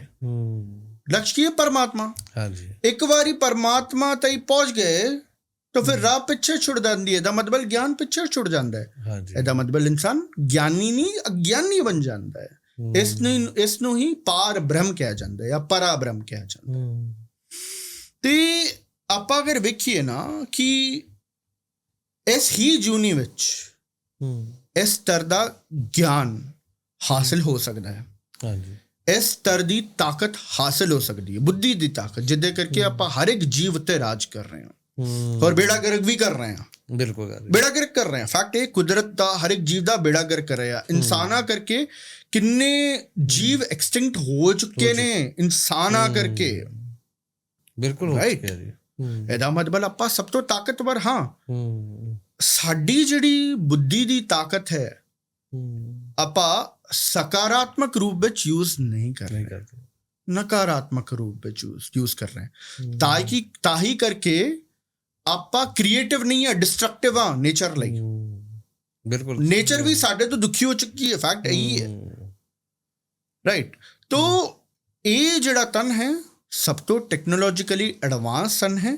ਤਾਂ ਹੀ ਕਰਕੇ ਇਹਦੇ ਕੋਲ ਸਭ ਤੋਂ ਉੱਚ ਜਿਹੜਾ ਸਤਰ ਹੈ ਤਨ ਦਾ, ਜਿਹੜੀ ਕਿ ਬੁੱਧੀ ਹੈ, ਉਹਦੇ ਵਿੱਚ ਮੈਕਸਿਮਮ ਕੈਪੇਬਿਲਿਟੀ, ਤਨ ਵਿੱਚ ਕੈਪੇਬਿਲਿਟੀ ਨਹੀਂ ਹੈ, ਸਾਰੀ ਦੀ ਸਾਰੀ ਤਾਕਤ ਇਹਦੇ ਵਿੱਚ ਹੈ। ਇਨਫੈਕਟ ਅਗਰ ਤੁਸੀਂ ਸਾਇੰਸ ਵੱਲ ਧਿਆਨ ਦਿਓਗੇ, ਸਾਇੰਸ ਵੀ ਇਹੀ ਬੋਲਦੀ ਹੈ ਕਿ ਸਭ ਤੋਂ ਵੱਧ ਜਿਹੜਾ ਐਨਰਜੀ ਅਬਜ਼ੌਰਬ ਕਰਦੀ ਹੈ ਤਨ ਦੇ ਵਿੱਚ, ਜਿਹੜਾ ਬੋਡੀ ਦਾ ਹਿੱਸਾ ਹੈ, ਉਹ ਬ੍ਰੇਨ ਹੈ।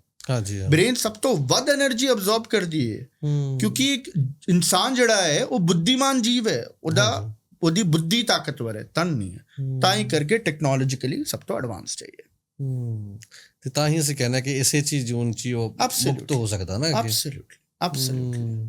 ਇੱਕ ਨਾ ਤੁਸੀਂ ਹੋਰ ਹਿਊਮਨ ਔਰਾ ਦੀ ਗੱਲ ਕੀਤੀ ਸੀਗੀ, ਥੋੜਾ ਜਿਹਾ ਡਿਟੇਲ ਨਾਲ ਦੱਸੋ ਕਿ ਹਿਊਮਨ ਔਰਾ ਜਿਹੜਾ ਹੈਗਾ ਉਹ ਐਕਚੁਅਲ ਦੇ ਵਿੱਚ ਕੀ ਹੈਗਾ। ਉਹ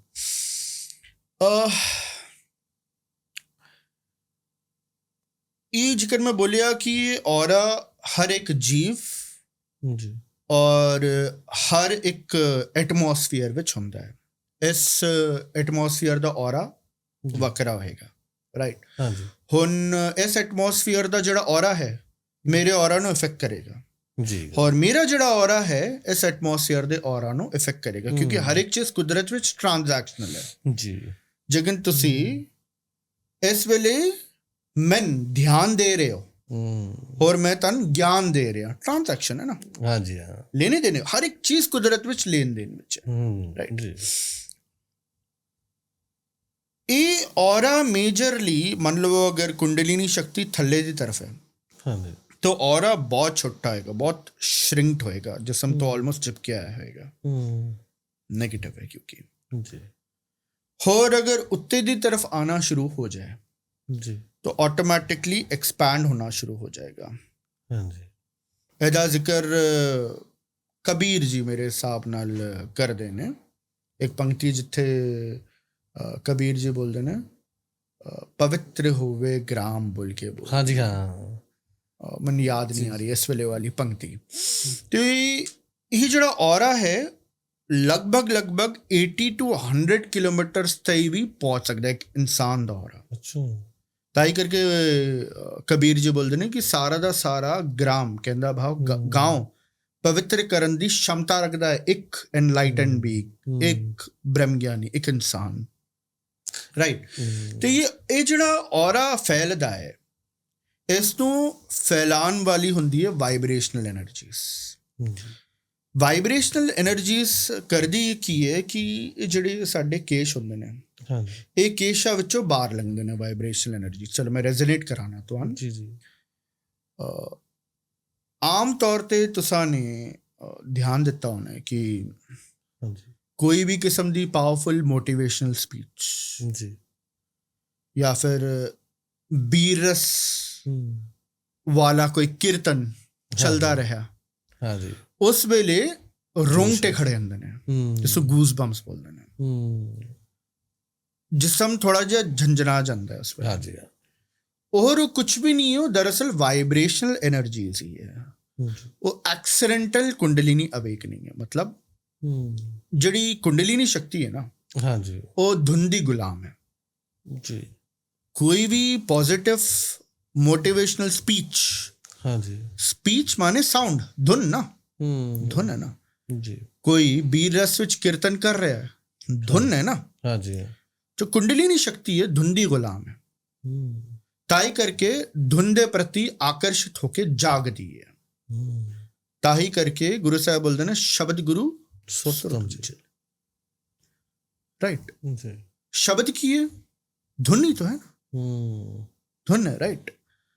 शब्द नू सुनदे सार एक किस्म दी सकारात्मक धुन नू सुनदे सार अपने आप कुंडलिनी शक्ति उत्ते दी तरफ आना शुरू हो जाती है।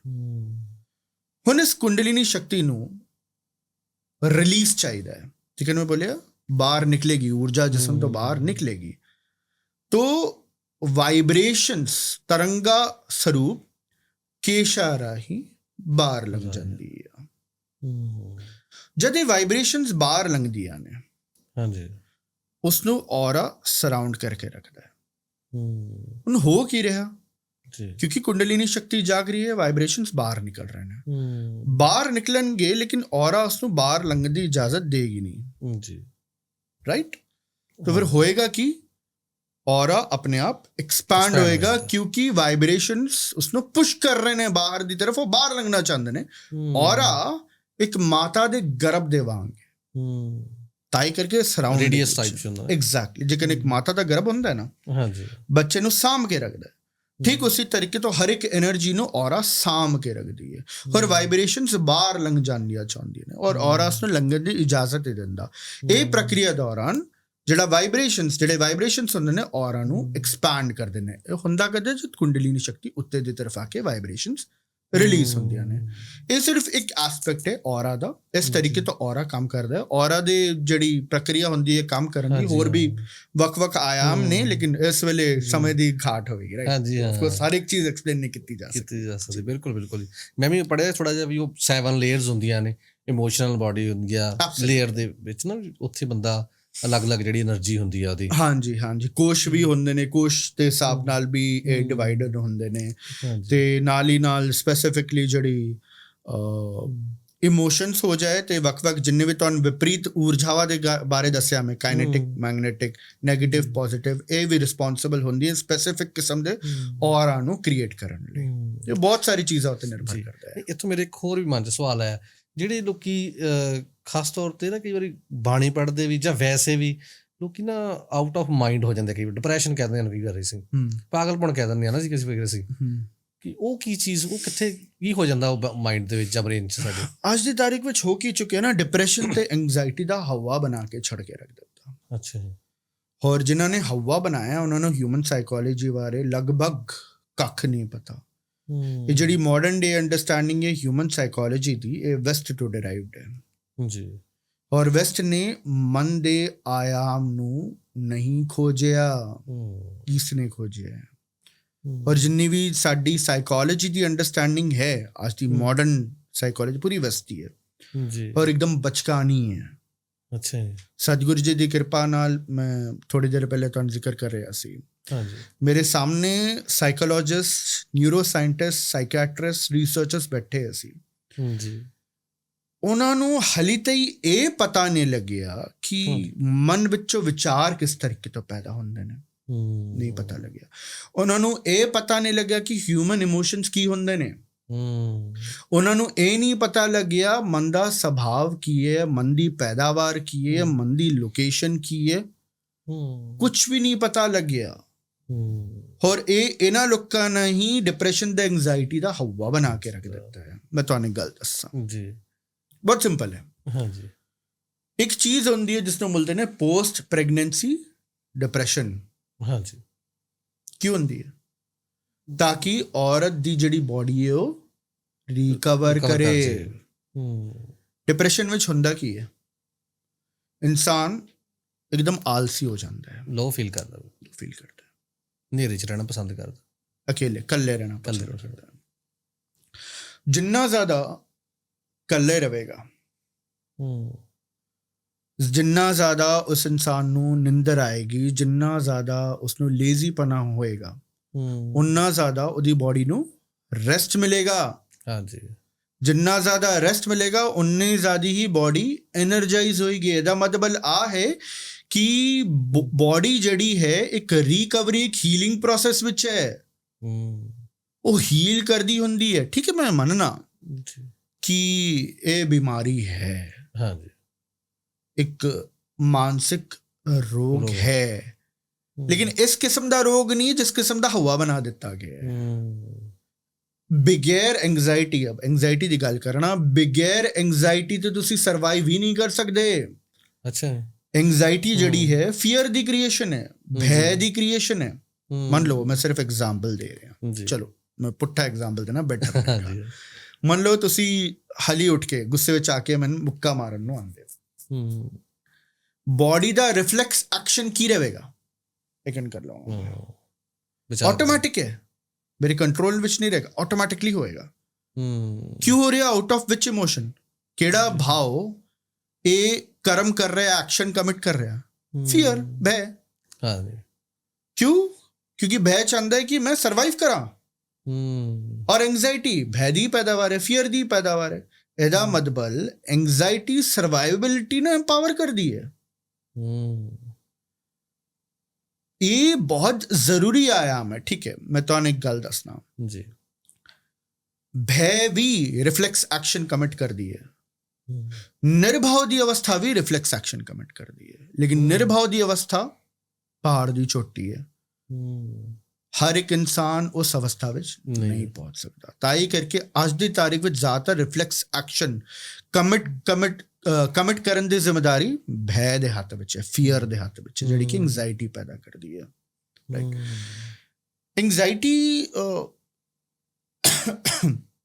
ਐਂਗਜ਼ਾਇਟੀ ਦੀ ਪ੍ਰੋਬਲਮ ਇਹ ਹੈ ਕਿ ਉਹ ਖਾਮਖਾ ਦੇ ਵਿਚਾਰ ਪੈਦਾ ਕਰਦੀ ਹੈ।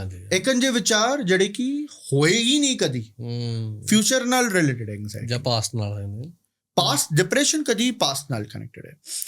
ਜਿਹੜਾ ਡਿਪਰੈਸ਼ਨ ਹੈ ਉਹਦਾ ਸੁਭਾਅ ਪੁਰਸ਼ਾਤਵ ਹੈ, ਜਿਹੜੀ ਐਂਗਜ਼ਾਇਟੀ ਹੈ ਉਹਦਾ ਸੁਭਾਅ ਨਾਰੀਤਵ ਹੈ, ਫੈਮਿਨਾਈਨ ਹੈ।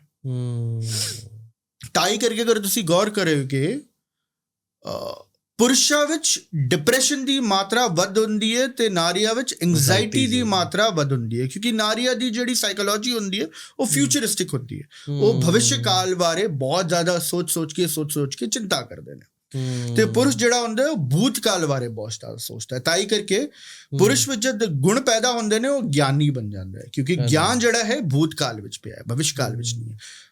ਜਿਹੜਾ ਗਿਆਨ ਹੈ ਉਹ ਯਾਦਦਾਸ਼ਤ ਦੀ ਪੈਦਾਵਾਰ ਹੈ, ਔਰ ਯਾਦਦਾਸ਼ਤ ਭੂਤਕਾਲ ਵਿੱਚ ਪਈ ਹੋਈ ਹੈ। ਤਾਂ ਹੀ ਕਰਕੇ ਕਿਉਂਕਿ ਇਨਫੈਕਟ ਭੂਤਕਾਲ ਵੀ ਆਪਣੇ ਆਪ ਵਿੱਚ ਪੁਰਸ਼ਾਤਵ ਹੈ, ਮੈਸਕੁਲਾਈਨ ਹੈ, ਭਵਿੱਖਕਾਲ ਆਪਣੇ ਆਪ ਵਿੱਚ ਫੈਮਿਨਾਈਨ ਹੈ। ਤਾਂ ਹੀ ਕਰਕੇ ਨਾਰੀਆਂ ਦੀ ਸਾਈਕੋਲੋਜੀ ਫਿਊਚਰਿਸਟਿਕ ਹੈ, ਭਵਿੱਖਕਾਲ ਨਾਲ ਕਨੈਕਟਡ ਹੈ। ਪੁਰਸ਼ਾਂ ਦੀ ਸਾਈਕੋਲੋਜੀ ਭੂਤਕਾਲ ਨਾਲ ਕਨੈਕਟਡ ਹੈ। ਇਨਫੈਕਟ ਇਹ ਵੀ ਆयाम ਹਲੀ ਤੱਕ ਇਹ ਮਾਡਰਨ ਡੇ ਸਾਈਕੋਲੋਜੀ ਨਹੀਂ ਸਮਝ ਪਾਈ। तो ये मॉडर्न डे साइकोलॉजी ਨੂੰ ਆਪਾਂ ਜਿੰਨਾ ਹੋ ਸਕੇ ਆਪਾਂ ਇਗਨੋਰ ਕਰੀਏ ਤਾਂ ਹੀ ਬਿਹਤਰ। ਉਹਨਾਂ ਦੇ ਕੋਲ ਇਲਾਜ ਵੀ ਕੁਛ ਵੀ ਨਹੀਂ ਹੈ, ਕੱਖ ਵੀ ਇਲਾਜ ਨਹੀਂ ਉਹਨਾਂ ਕੋਲ। ਕੀ ਇਲਾਜ ਹੈ?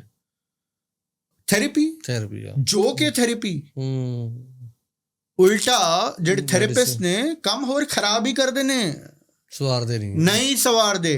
ਅਨਨੈਸੈਸਰੀ ਐਕਨੋਲੇਜਮੈਂਟ ਔਰ ਵੈਲੀਡੇਸ਼ਨ ਦੇ ਕੇ ਉਹ ਰੋਗੀ ਨੂੰ ਹੋਰ ਰੋਗੀ ਬਣਾ ਦਿੰਦੇ ਨੇ। ਹੋਰ ਉਸ ਤੋਂ ਇਲਾਵਾ ਇੱਕ ਹੋਰ ਇੱਕ ਇਲਾਜ ਕੀ ਹੈ? Pills, allopathy.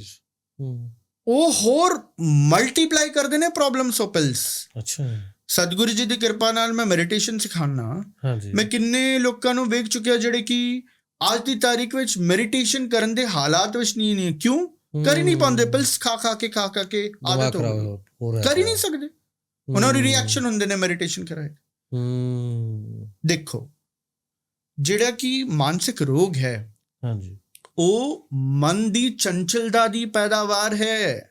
ਅੱਛਾ, ਇਹਦਾ ਮਤਲਬ ਇਹ ਹੈ ਮਨ ਨੂੰ ਅਰੋਗ ਕਰਨਾ ਹੋਰ ਕੁਝ ਵੀ ਨਹੀਂ ਹੈ, ਮਨ ਨੂੰ ਸਥਿਰ ਕਰਨਾ ਹੀ ਹੈ। ਜਿੰਨਾ ਜ਼ਿਆਦਾ ਮਨ ਸਥਿਰ ਹੋਏਗਾ ਉਨਾ ਜ਼ਿਆਦਾ ਹੀ ਮਨ ਅਰੋਗ ਹੋਏਗਾ।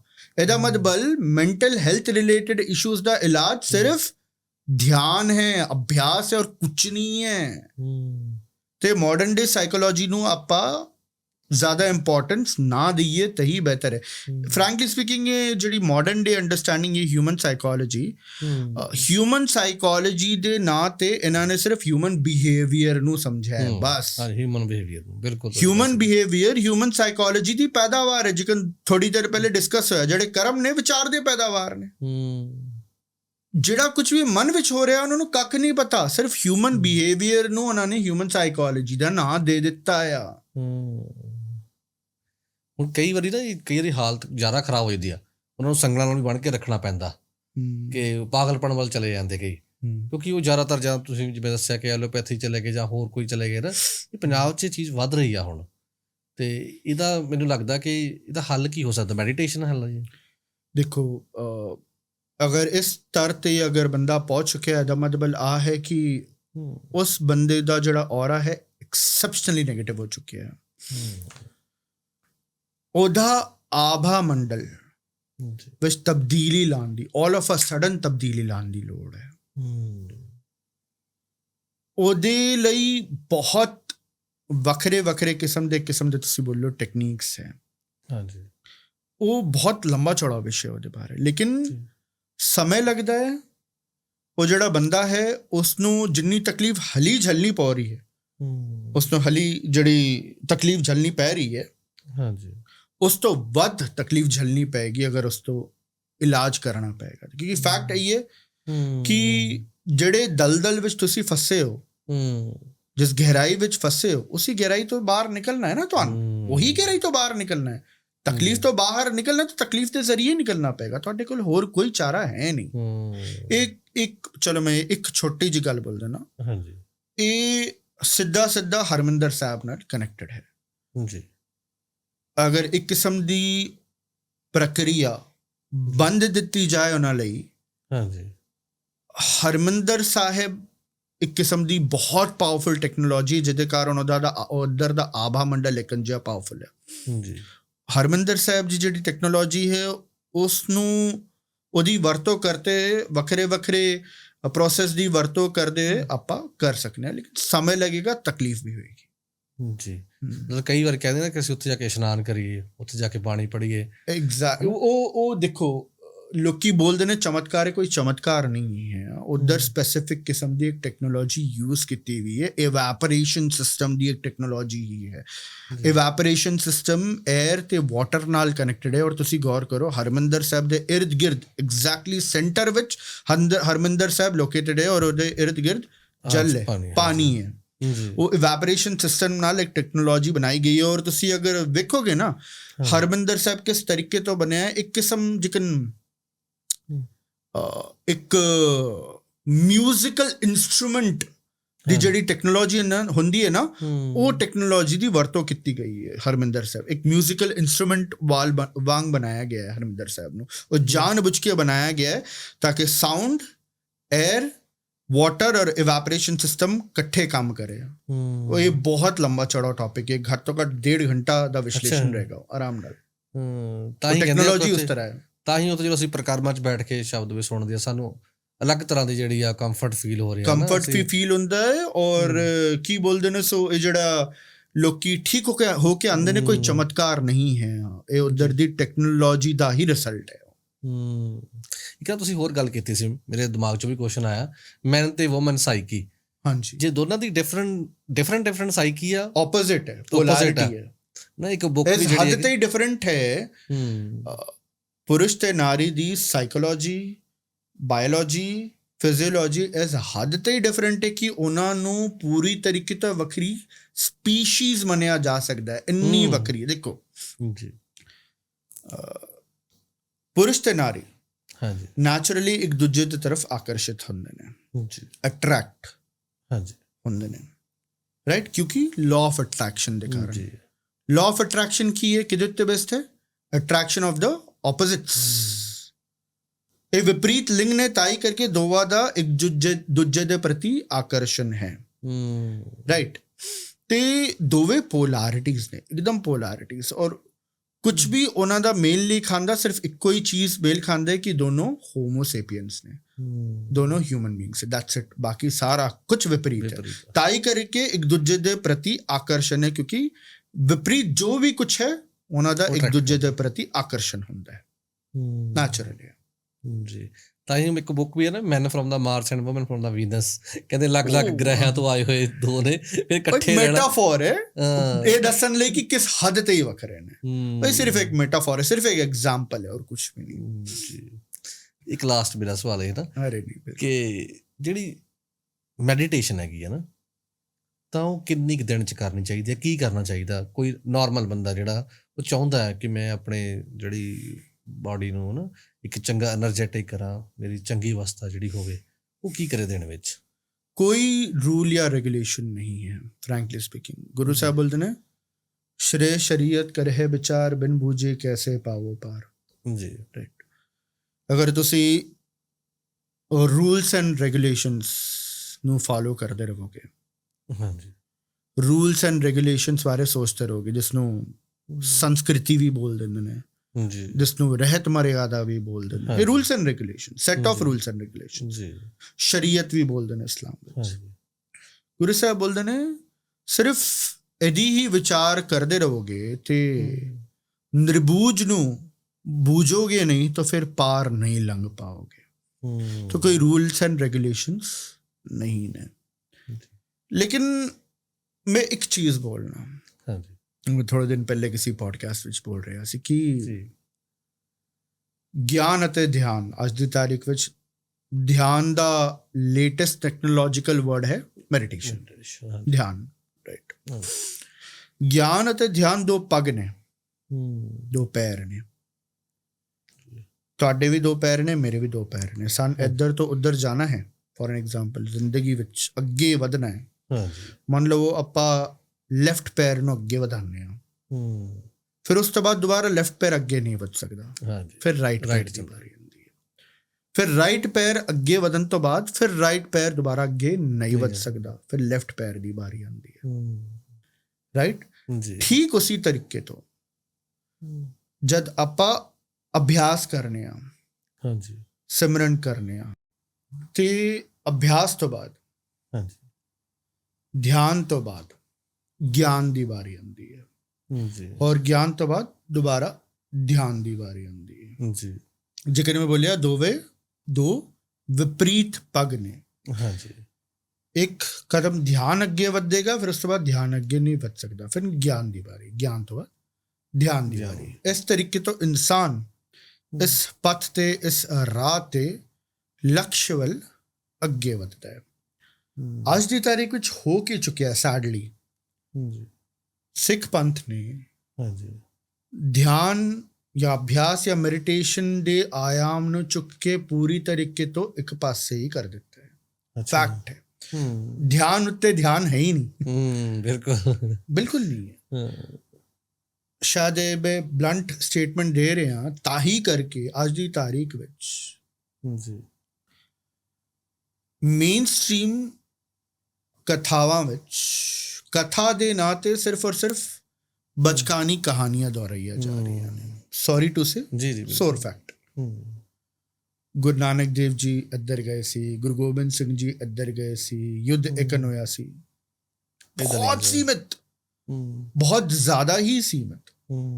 ਮੈਂ ਨਹੀਂ ਬੋਲਦਾ ਇਹ ਕਹਾਣੀਆਂ ਦੀ ਲੋੜ ਨਹੀਂ ਹੈ, ਇਹ ਬਚਕਾਨੀਆਂ ਕਹਾਣੀਆਂ ਦੀ ਲੋੜ ਹੈ, ਲੇਕਿਨ ਇਹ ਬਚਕਾਨੀ ਕਹਾਣੀਆਂ ਦੀ ਲੋੜ ਬੱਚਿਆਂ ਨੂੰ ਸੁਣਾਉਣ ਲਈ ਹੈ। ਅਗਰ ਇਹ ਬਚਕਾਨੀ ਕਹਾਣੀਆਂ ਤੁਸੀਂ ਬੁੱਢਿਆਂ ਦੇ ਸਾਹਮਣੇ ਸੁਣਾ ਰਹੇ ਹੋ, ਰਿਪੀਟ ਕਰ ਰਹੇ ਹੋ, ਫਿਰ ਤਾਂ ਬੁੱਢੇ ਨਹੀਂ, ਫਿਰ ਉਹ ਵੀ ਬੱਚੇ ਹੀ ਨੇ ਨਾ। ਮਾਫੀ ਚਾਹਾਂਗੇ, ਫਿਰ ਤੁਸੀਂ ਵੀ ਬੱਚੇ ਹੀ ਹੋ। ਜਿਹੜਾ ਬੁੱਢਾ ਹੁੰਦਾ ਹੈ ਉਹ ਬਚਕਾਨੀ ਕਹਾਣੀਆਂ ਨਹੀਂ ਸੁਣਾਉਂਦਾ ਹੁੰਦਾ, ਉਹਦੀ ਗੱਲਾਂ ਬਹੁਤ ਗਹਿਰੀਆਂ ਹੁੰਦੀਆਂ ਨੇ। ਗੁਰੂ ਸਾਹਿਬ ਬੋਲਦੇ ਨੇ ਨਮੋ ਸਿੱਧਦਾ ਬੁੱਧਦਾ ਬ੍ਰਿਧ ਕਰਤਾ, ਬ੍ਰਿਧ ਦਾ ਅਰਥ ਬੁਢੇਪਾ, ਪਰਮਾਤਮਾ ਤੋਂ ਬੁਢੇਪਾ ਤਾਂ ਕਰਤਾ ਹੈ, ਕਹਿਣ ਦਾ ਭਾਵ ਗਿਆਨ ਦਾ ਕਰਤਾ ਹੈ, ਬ੍ਰਹਮ ਗਿਆਨ ਦਾ ਕਰਤਾ ਹੈ, ਅਨੁਭਵੀ ਗਿਆਨ ਦਾ ਕਰਤਾ ਹੈ। ਉਹ ਗਿਆਨ ਜਿਹੜਾ ਕਿ ਅਹਿਸਾਸ ਤੋਂ ਪੈਦਾ ਹੁੰਦਾ ਹੈ, ਰਾਈਟ, ਉਹਦਾ ਕਰਤਾ ਹੈ ਪਰਮਾਤਮਾ ਤੋਂ। ਮਨ ਕੀ ਹੈ, ਮਾਇਆ ਕੀ ਹੈ, ਹਾਂਜੀ ਮਿਥਿਆ ਕੀ ਹੈ, ਪ੍ਰਕਿਰਤੀ ਕੀ ਹੈ, ਜੀ ਇਨਸਾਨੀ ਪ੍ਰਵਰਤੀ ਕੀ ਹੈ, ਜੀ ਇਨਸਾਨ ਦੇ ਭਾਵ ਕੀ ਨੇ, ਸੁਭਾਅ ਕੀ ਹੈ, ਸੁਭਾਅ ਦਾ ਪ੍ਰਭਾਵ ਕੀ ਹੈ,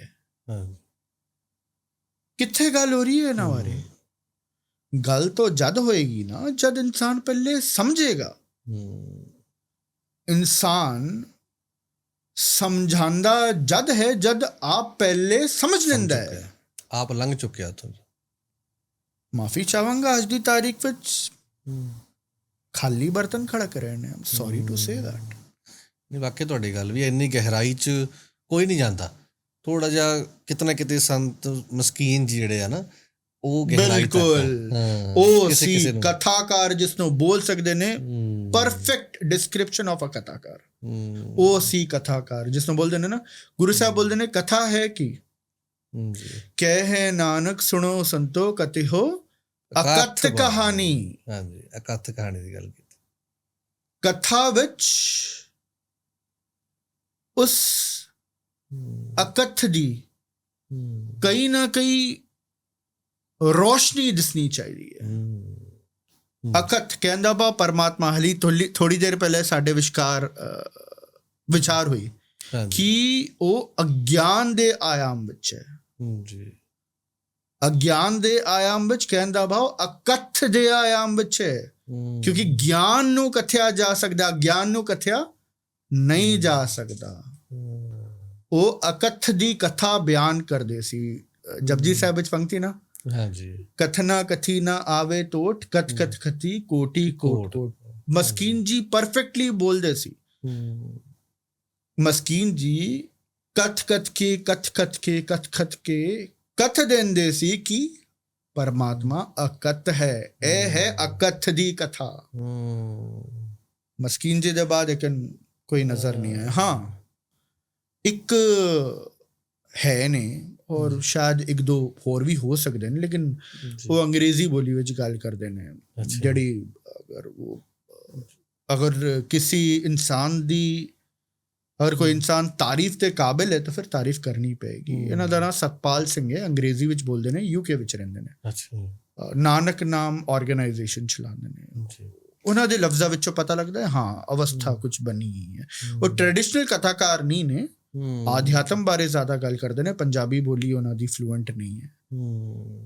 ਬਾਕੀ ਮੈਂ ਫਿਰ ਬੋਲਾਂਗਾ ਖਾਲੀ ਢੋਲ ਖੜਾ ਕਰੇ, ਜਿਹੜਾ ਜਿੰਨੀ ਗਹਿਰਾਈ ਤੱਕ ਗਿਆ ਉਹ ਉਨੀ ਗਹਿਰਾਈ ਤੱਕ ਹੀ ਅੱਗੇ ਬਿਆਨ ਕਰ ਪਾਇਆ ਨਾ, ਤੇ ਉਹ ਸੰਗਤ ਵੀ ਫਿਰ ਉਦਾਂ ਹੀ ਉਨਾ ਕੀ ਗਹਿਰਾਈ ਤੱਕ ਜਾਂਦੀ ਹੈ। ਜਗਿਆਸੂ ਜਿਹੜਾ ਹੈਗਾ, ਜਿਹੜਾ ਐਗਜ਼ੈਕਟਲੀ ਤੁਸਾਂ ਨੇ ਸੰਗਤ ਨੂੰ ਸੀਮਿਤ ਕਰਕੇ ਰੱਖ ਦਿੱਤਾ। ਜਿਹੜਾ ਇਨਸਾਨ ਸੀਮਿਤ ਹੈ ਉਹ ਅਸੀਮ ਤੇ ਕਿਸ ਤਰੀਕੇ ਤੋਂ ਪਹੁੰਚੇਗਾ? ਨਹੀਂ ਪਹੁੰਚ ਸਕਦਾ ਨਾ। ਲਕਸ਼ ਤੋਂ ਅਸੀਮ ਤੱਕ ਹੀ ਪਹੁੰਚਣਾ ਹੈ ਨਾ। ਹਾਂਜੀ, ਲਕਸ਼ ਬ੍ਰਹਮ ਨਹੀਂ ਹੈ, ਪਾਰ ਬ੍ਰਹਮ ਹੈ। ਤੁਸੀਂ ਪਾਰ ਬ੍ਰਹਮ ਤੋਂ ਛੱਡੋ, ਬ੍ਰਹਮ ਬਾਰੇ ਕੁਝ ਨਹੀਂ ਦੱਸ ਪਾ ਰਹੇ, ਕਿਸ ਤਰ੍ਹਾਂ ਹੋਏਗਾ ਫਿਰ? ਉਹ ਅਵਸਥਾ ਬਣੇ ਕਿੱਦਾਂ ਫਿਰ ਨਾ, ਮਤਲਬ ਜਿਹੜਾ ਕੁਝ ਉੱਥੇ ਤੱਕ ਬ੍ਰਹਮ ਅਵਸਥਾ ਤੱਕ ਨਾ ਪਹੁੰਚ ਨਹੀਂ ਪਾ ਰਿਹਾ ਜੀ ਨਾ। ਦੇਖੋ, ਬ੍ਰਹਮ ਅਵਸਥਾ ਤਈ ਪਹੁੰਚਣ ਲਈ ਸਭ ਤੋਂ ਪਹਿਲੇ ਇਨਸਾਨ ਨੂੰ ਕਈ ਸਾਲਾਂ ਤਈ ਮੂੰਹ ਬੰਦ ਕਰਕੇ ਰੱਖਣਾ ਪਾਉਂਦਾ ਹੈ। ਗੁਰੂ ਸਾਹਿਬ ਬੋਲਦੇ ਨੇ, ਪ੍ਰਿਥਮੇ ਮਨ ਪ੍ਰਬੋਧੇ ਆਪਣਾ, ਪਾਛੇ ਅਵਰ ਜਾਵੇ, ਰਾਮ ਨਾਮ ਜਪ ਹਿਰਦੇ ਜਾਪੇ, ਮੁਖ ਤੇ ਸਗਲ ਸੁਣਾਵੇ। ਪਹਿਲੇ ਜਿਹੜਾ ਆਪਣਾ ਮਨ ਦਾ ਬਰਤਨ ਹੈ, ਪਹਿਲੇ ਭਰਤੇ ਲੈ। ਮਨ ਵਿੱਚ ਤੇਰੀ ਇੱਕੋ ਹੀ ਬੂੰਦ ਹੈ, ਉਹੀ ਛਲਕੀ ਜਾਂਦੀ ਹੈ, ਸਾਂਭ ਤੋਂ ਲੈ। ਇਸ ਬਰਤਨ ਨੂੰ ਭਰ ਜਾਂਦੇ ਉੱਤੇ ਤੇ ਹੀ, ਅਗਰ ਭਰ ਗਿਆ ਫਿਰ ਕੁਦਰਤ ਦਾ ਨਿਯਮ ਹੈ, ਆਪਣੇ ਆਪ ਜਿਹੜਾ ਅੰਮ੍ਰਿਤ ਹੈ ਉਹ ਓਵਰਫਲੋ ਹੋਏਗਾ। ਅੰਮ੍ਰਿਤ ਦਾ ਓਵਰਫਲੋ ਹੋਣਾ ਔਰ ਕੁਛ ਵੀ ਨਹੀਂ ਹੈ। ਗੁਰੂ ਦਾ ਜਿਸਮ ਉੱਤੇ ਕਾਬਜ਼ ਹੋ ਜਾਣਾ ਹੈ, ਰਸਨਾ ਉੱਤੇ ਕਾਬਜ਼ ਹੋ ਕੇ ਖੁਦ ਬਿਆਨ ਕਰਨਾ ਹੈ। ਰਸਨਾ ਸਾਡੀ ਜਾਗੀਰ ਨਹੀਂ ਹੈ, ਗੁਰੂ ਦੀ ਜਾਗੀਰ ਹੈ। ਤਾਂ ਹੀ ਕਰਕੇ ਗੁਰੂ ਸਾਹਿਬ ਬੋਲਦੇ ਨੇ, ਬਾਣੀ ਗੁਰੂ, ਗੁਰੂ ਹੈ ਬਾਣੀ, ਵਿੱਚ ਬਾਣੀ ਅੰਮ੍ਰਿਤ ਸਾਰੇ, ਬਾਣੀ ਕਹੇ। ਤੁਹਾਡਾ ਬਹੁਤ ਧੰਨਵਾਦ, ਤੁਸੀਂ ਇੰਨੀਆਂ ਡੂੰਘੀਆਂ ਵਿਚਾਰਾਂ ਕੀਤੀਆਂ। ਮਨ ਕਰਦਾ ਸੀ ਹੋਰ ਕਰੀਏ, ਪਰ ਸਮਾਂ ਬਹੁਤ ਹੋ ਗਿਆ। ਫਿਰ ਸਮਾਂ ਬਣਿਆ, ਆਪਾਂ ਫਿਰ ਮਿਲ ਬੈਠਾਂਗੇ, ਵਿਚਾਰ ਕਰਾਂਗੇ ਜੀ। ਤੁਹਾਡਾ ਬਹੁਤ ਧੰਨਵਾਦ ਤੁਹਾਨੂੰ ਜੀ, ਆਇਆਂ ਨੂੰ ਤੁਸੀਂ ਚੱਲ ਕੇ ਆਏ ਤੇ ਮੈਨੂੰ ਬਹੁਤ ਮਜ਼ਾ ਆਇਆ। ਤੇ ਮੈਨੂੰ ਆਸ ਤੇ ਉਮੀਦ ਵੀ ਹੈ ਸਾਡੇ ਜਿਹੜੇ ਦਰਸ਼ਕ ਨੇ ਉਹਨਾਂ ਨੂੰ ਵੀ ਇਹ ਆਨੰਦ ਆਏਗਾ ਸੁਣ ਕੇ। ਵਾਹਿਗੁਰੂ ਜੀ ਕਾ ਖਾਲਸਾ, ਵਾਹਿਗੁਰੂ ਜੀ ਕਾ ਖਾਲਸਾ, ਵਾਹਿਗੁਰੂ ਜੀ ਕੀ ਫਤਿਹ।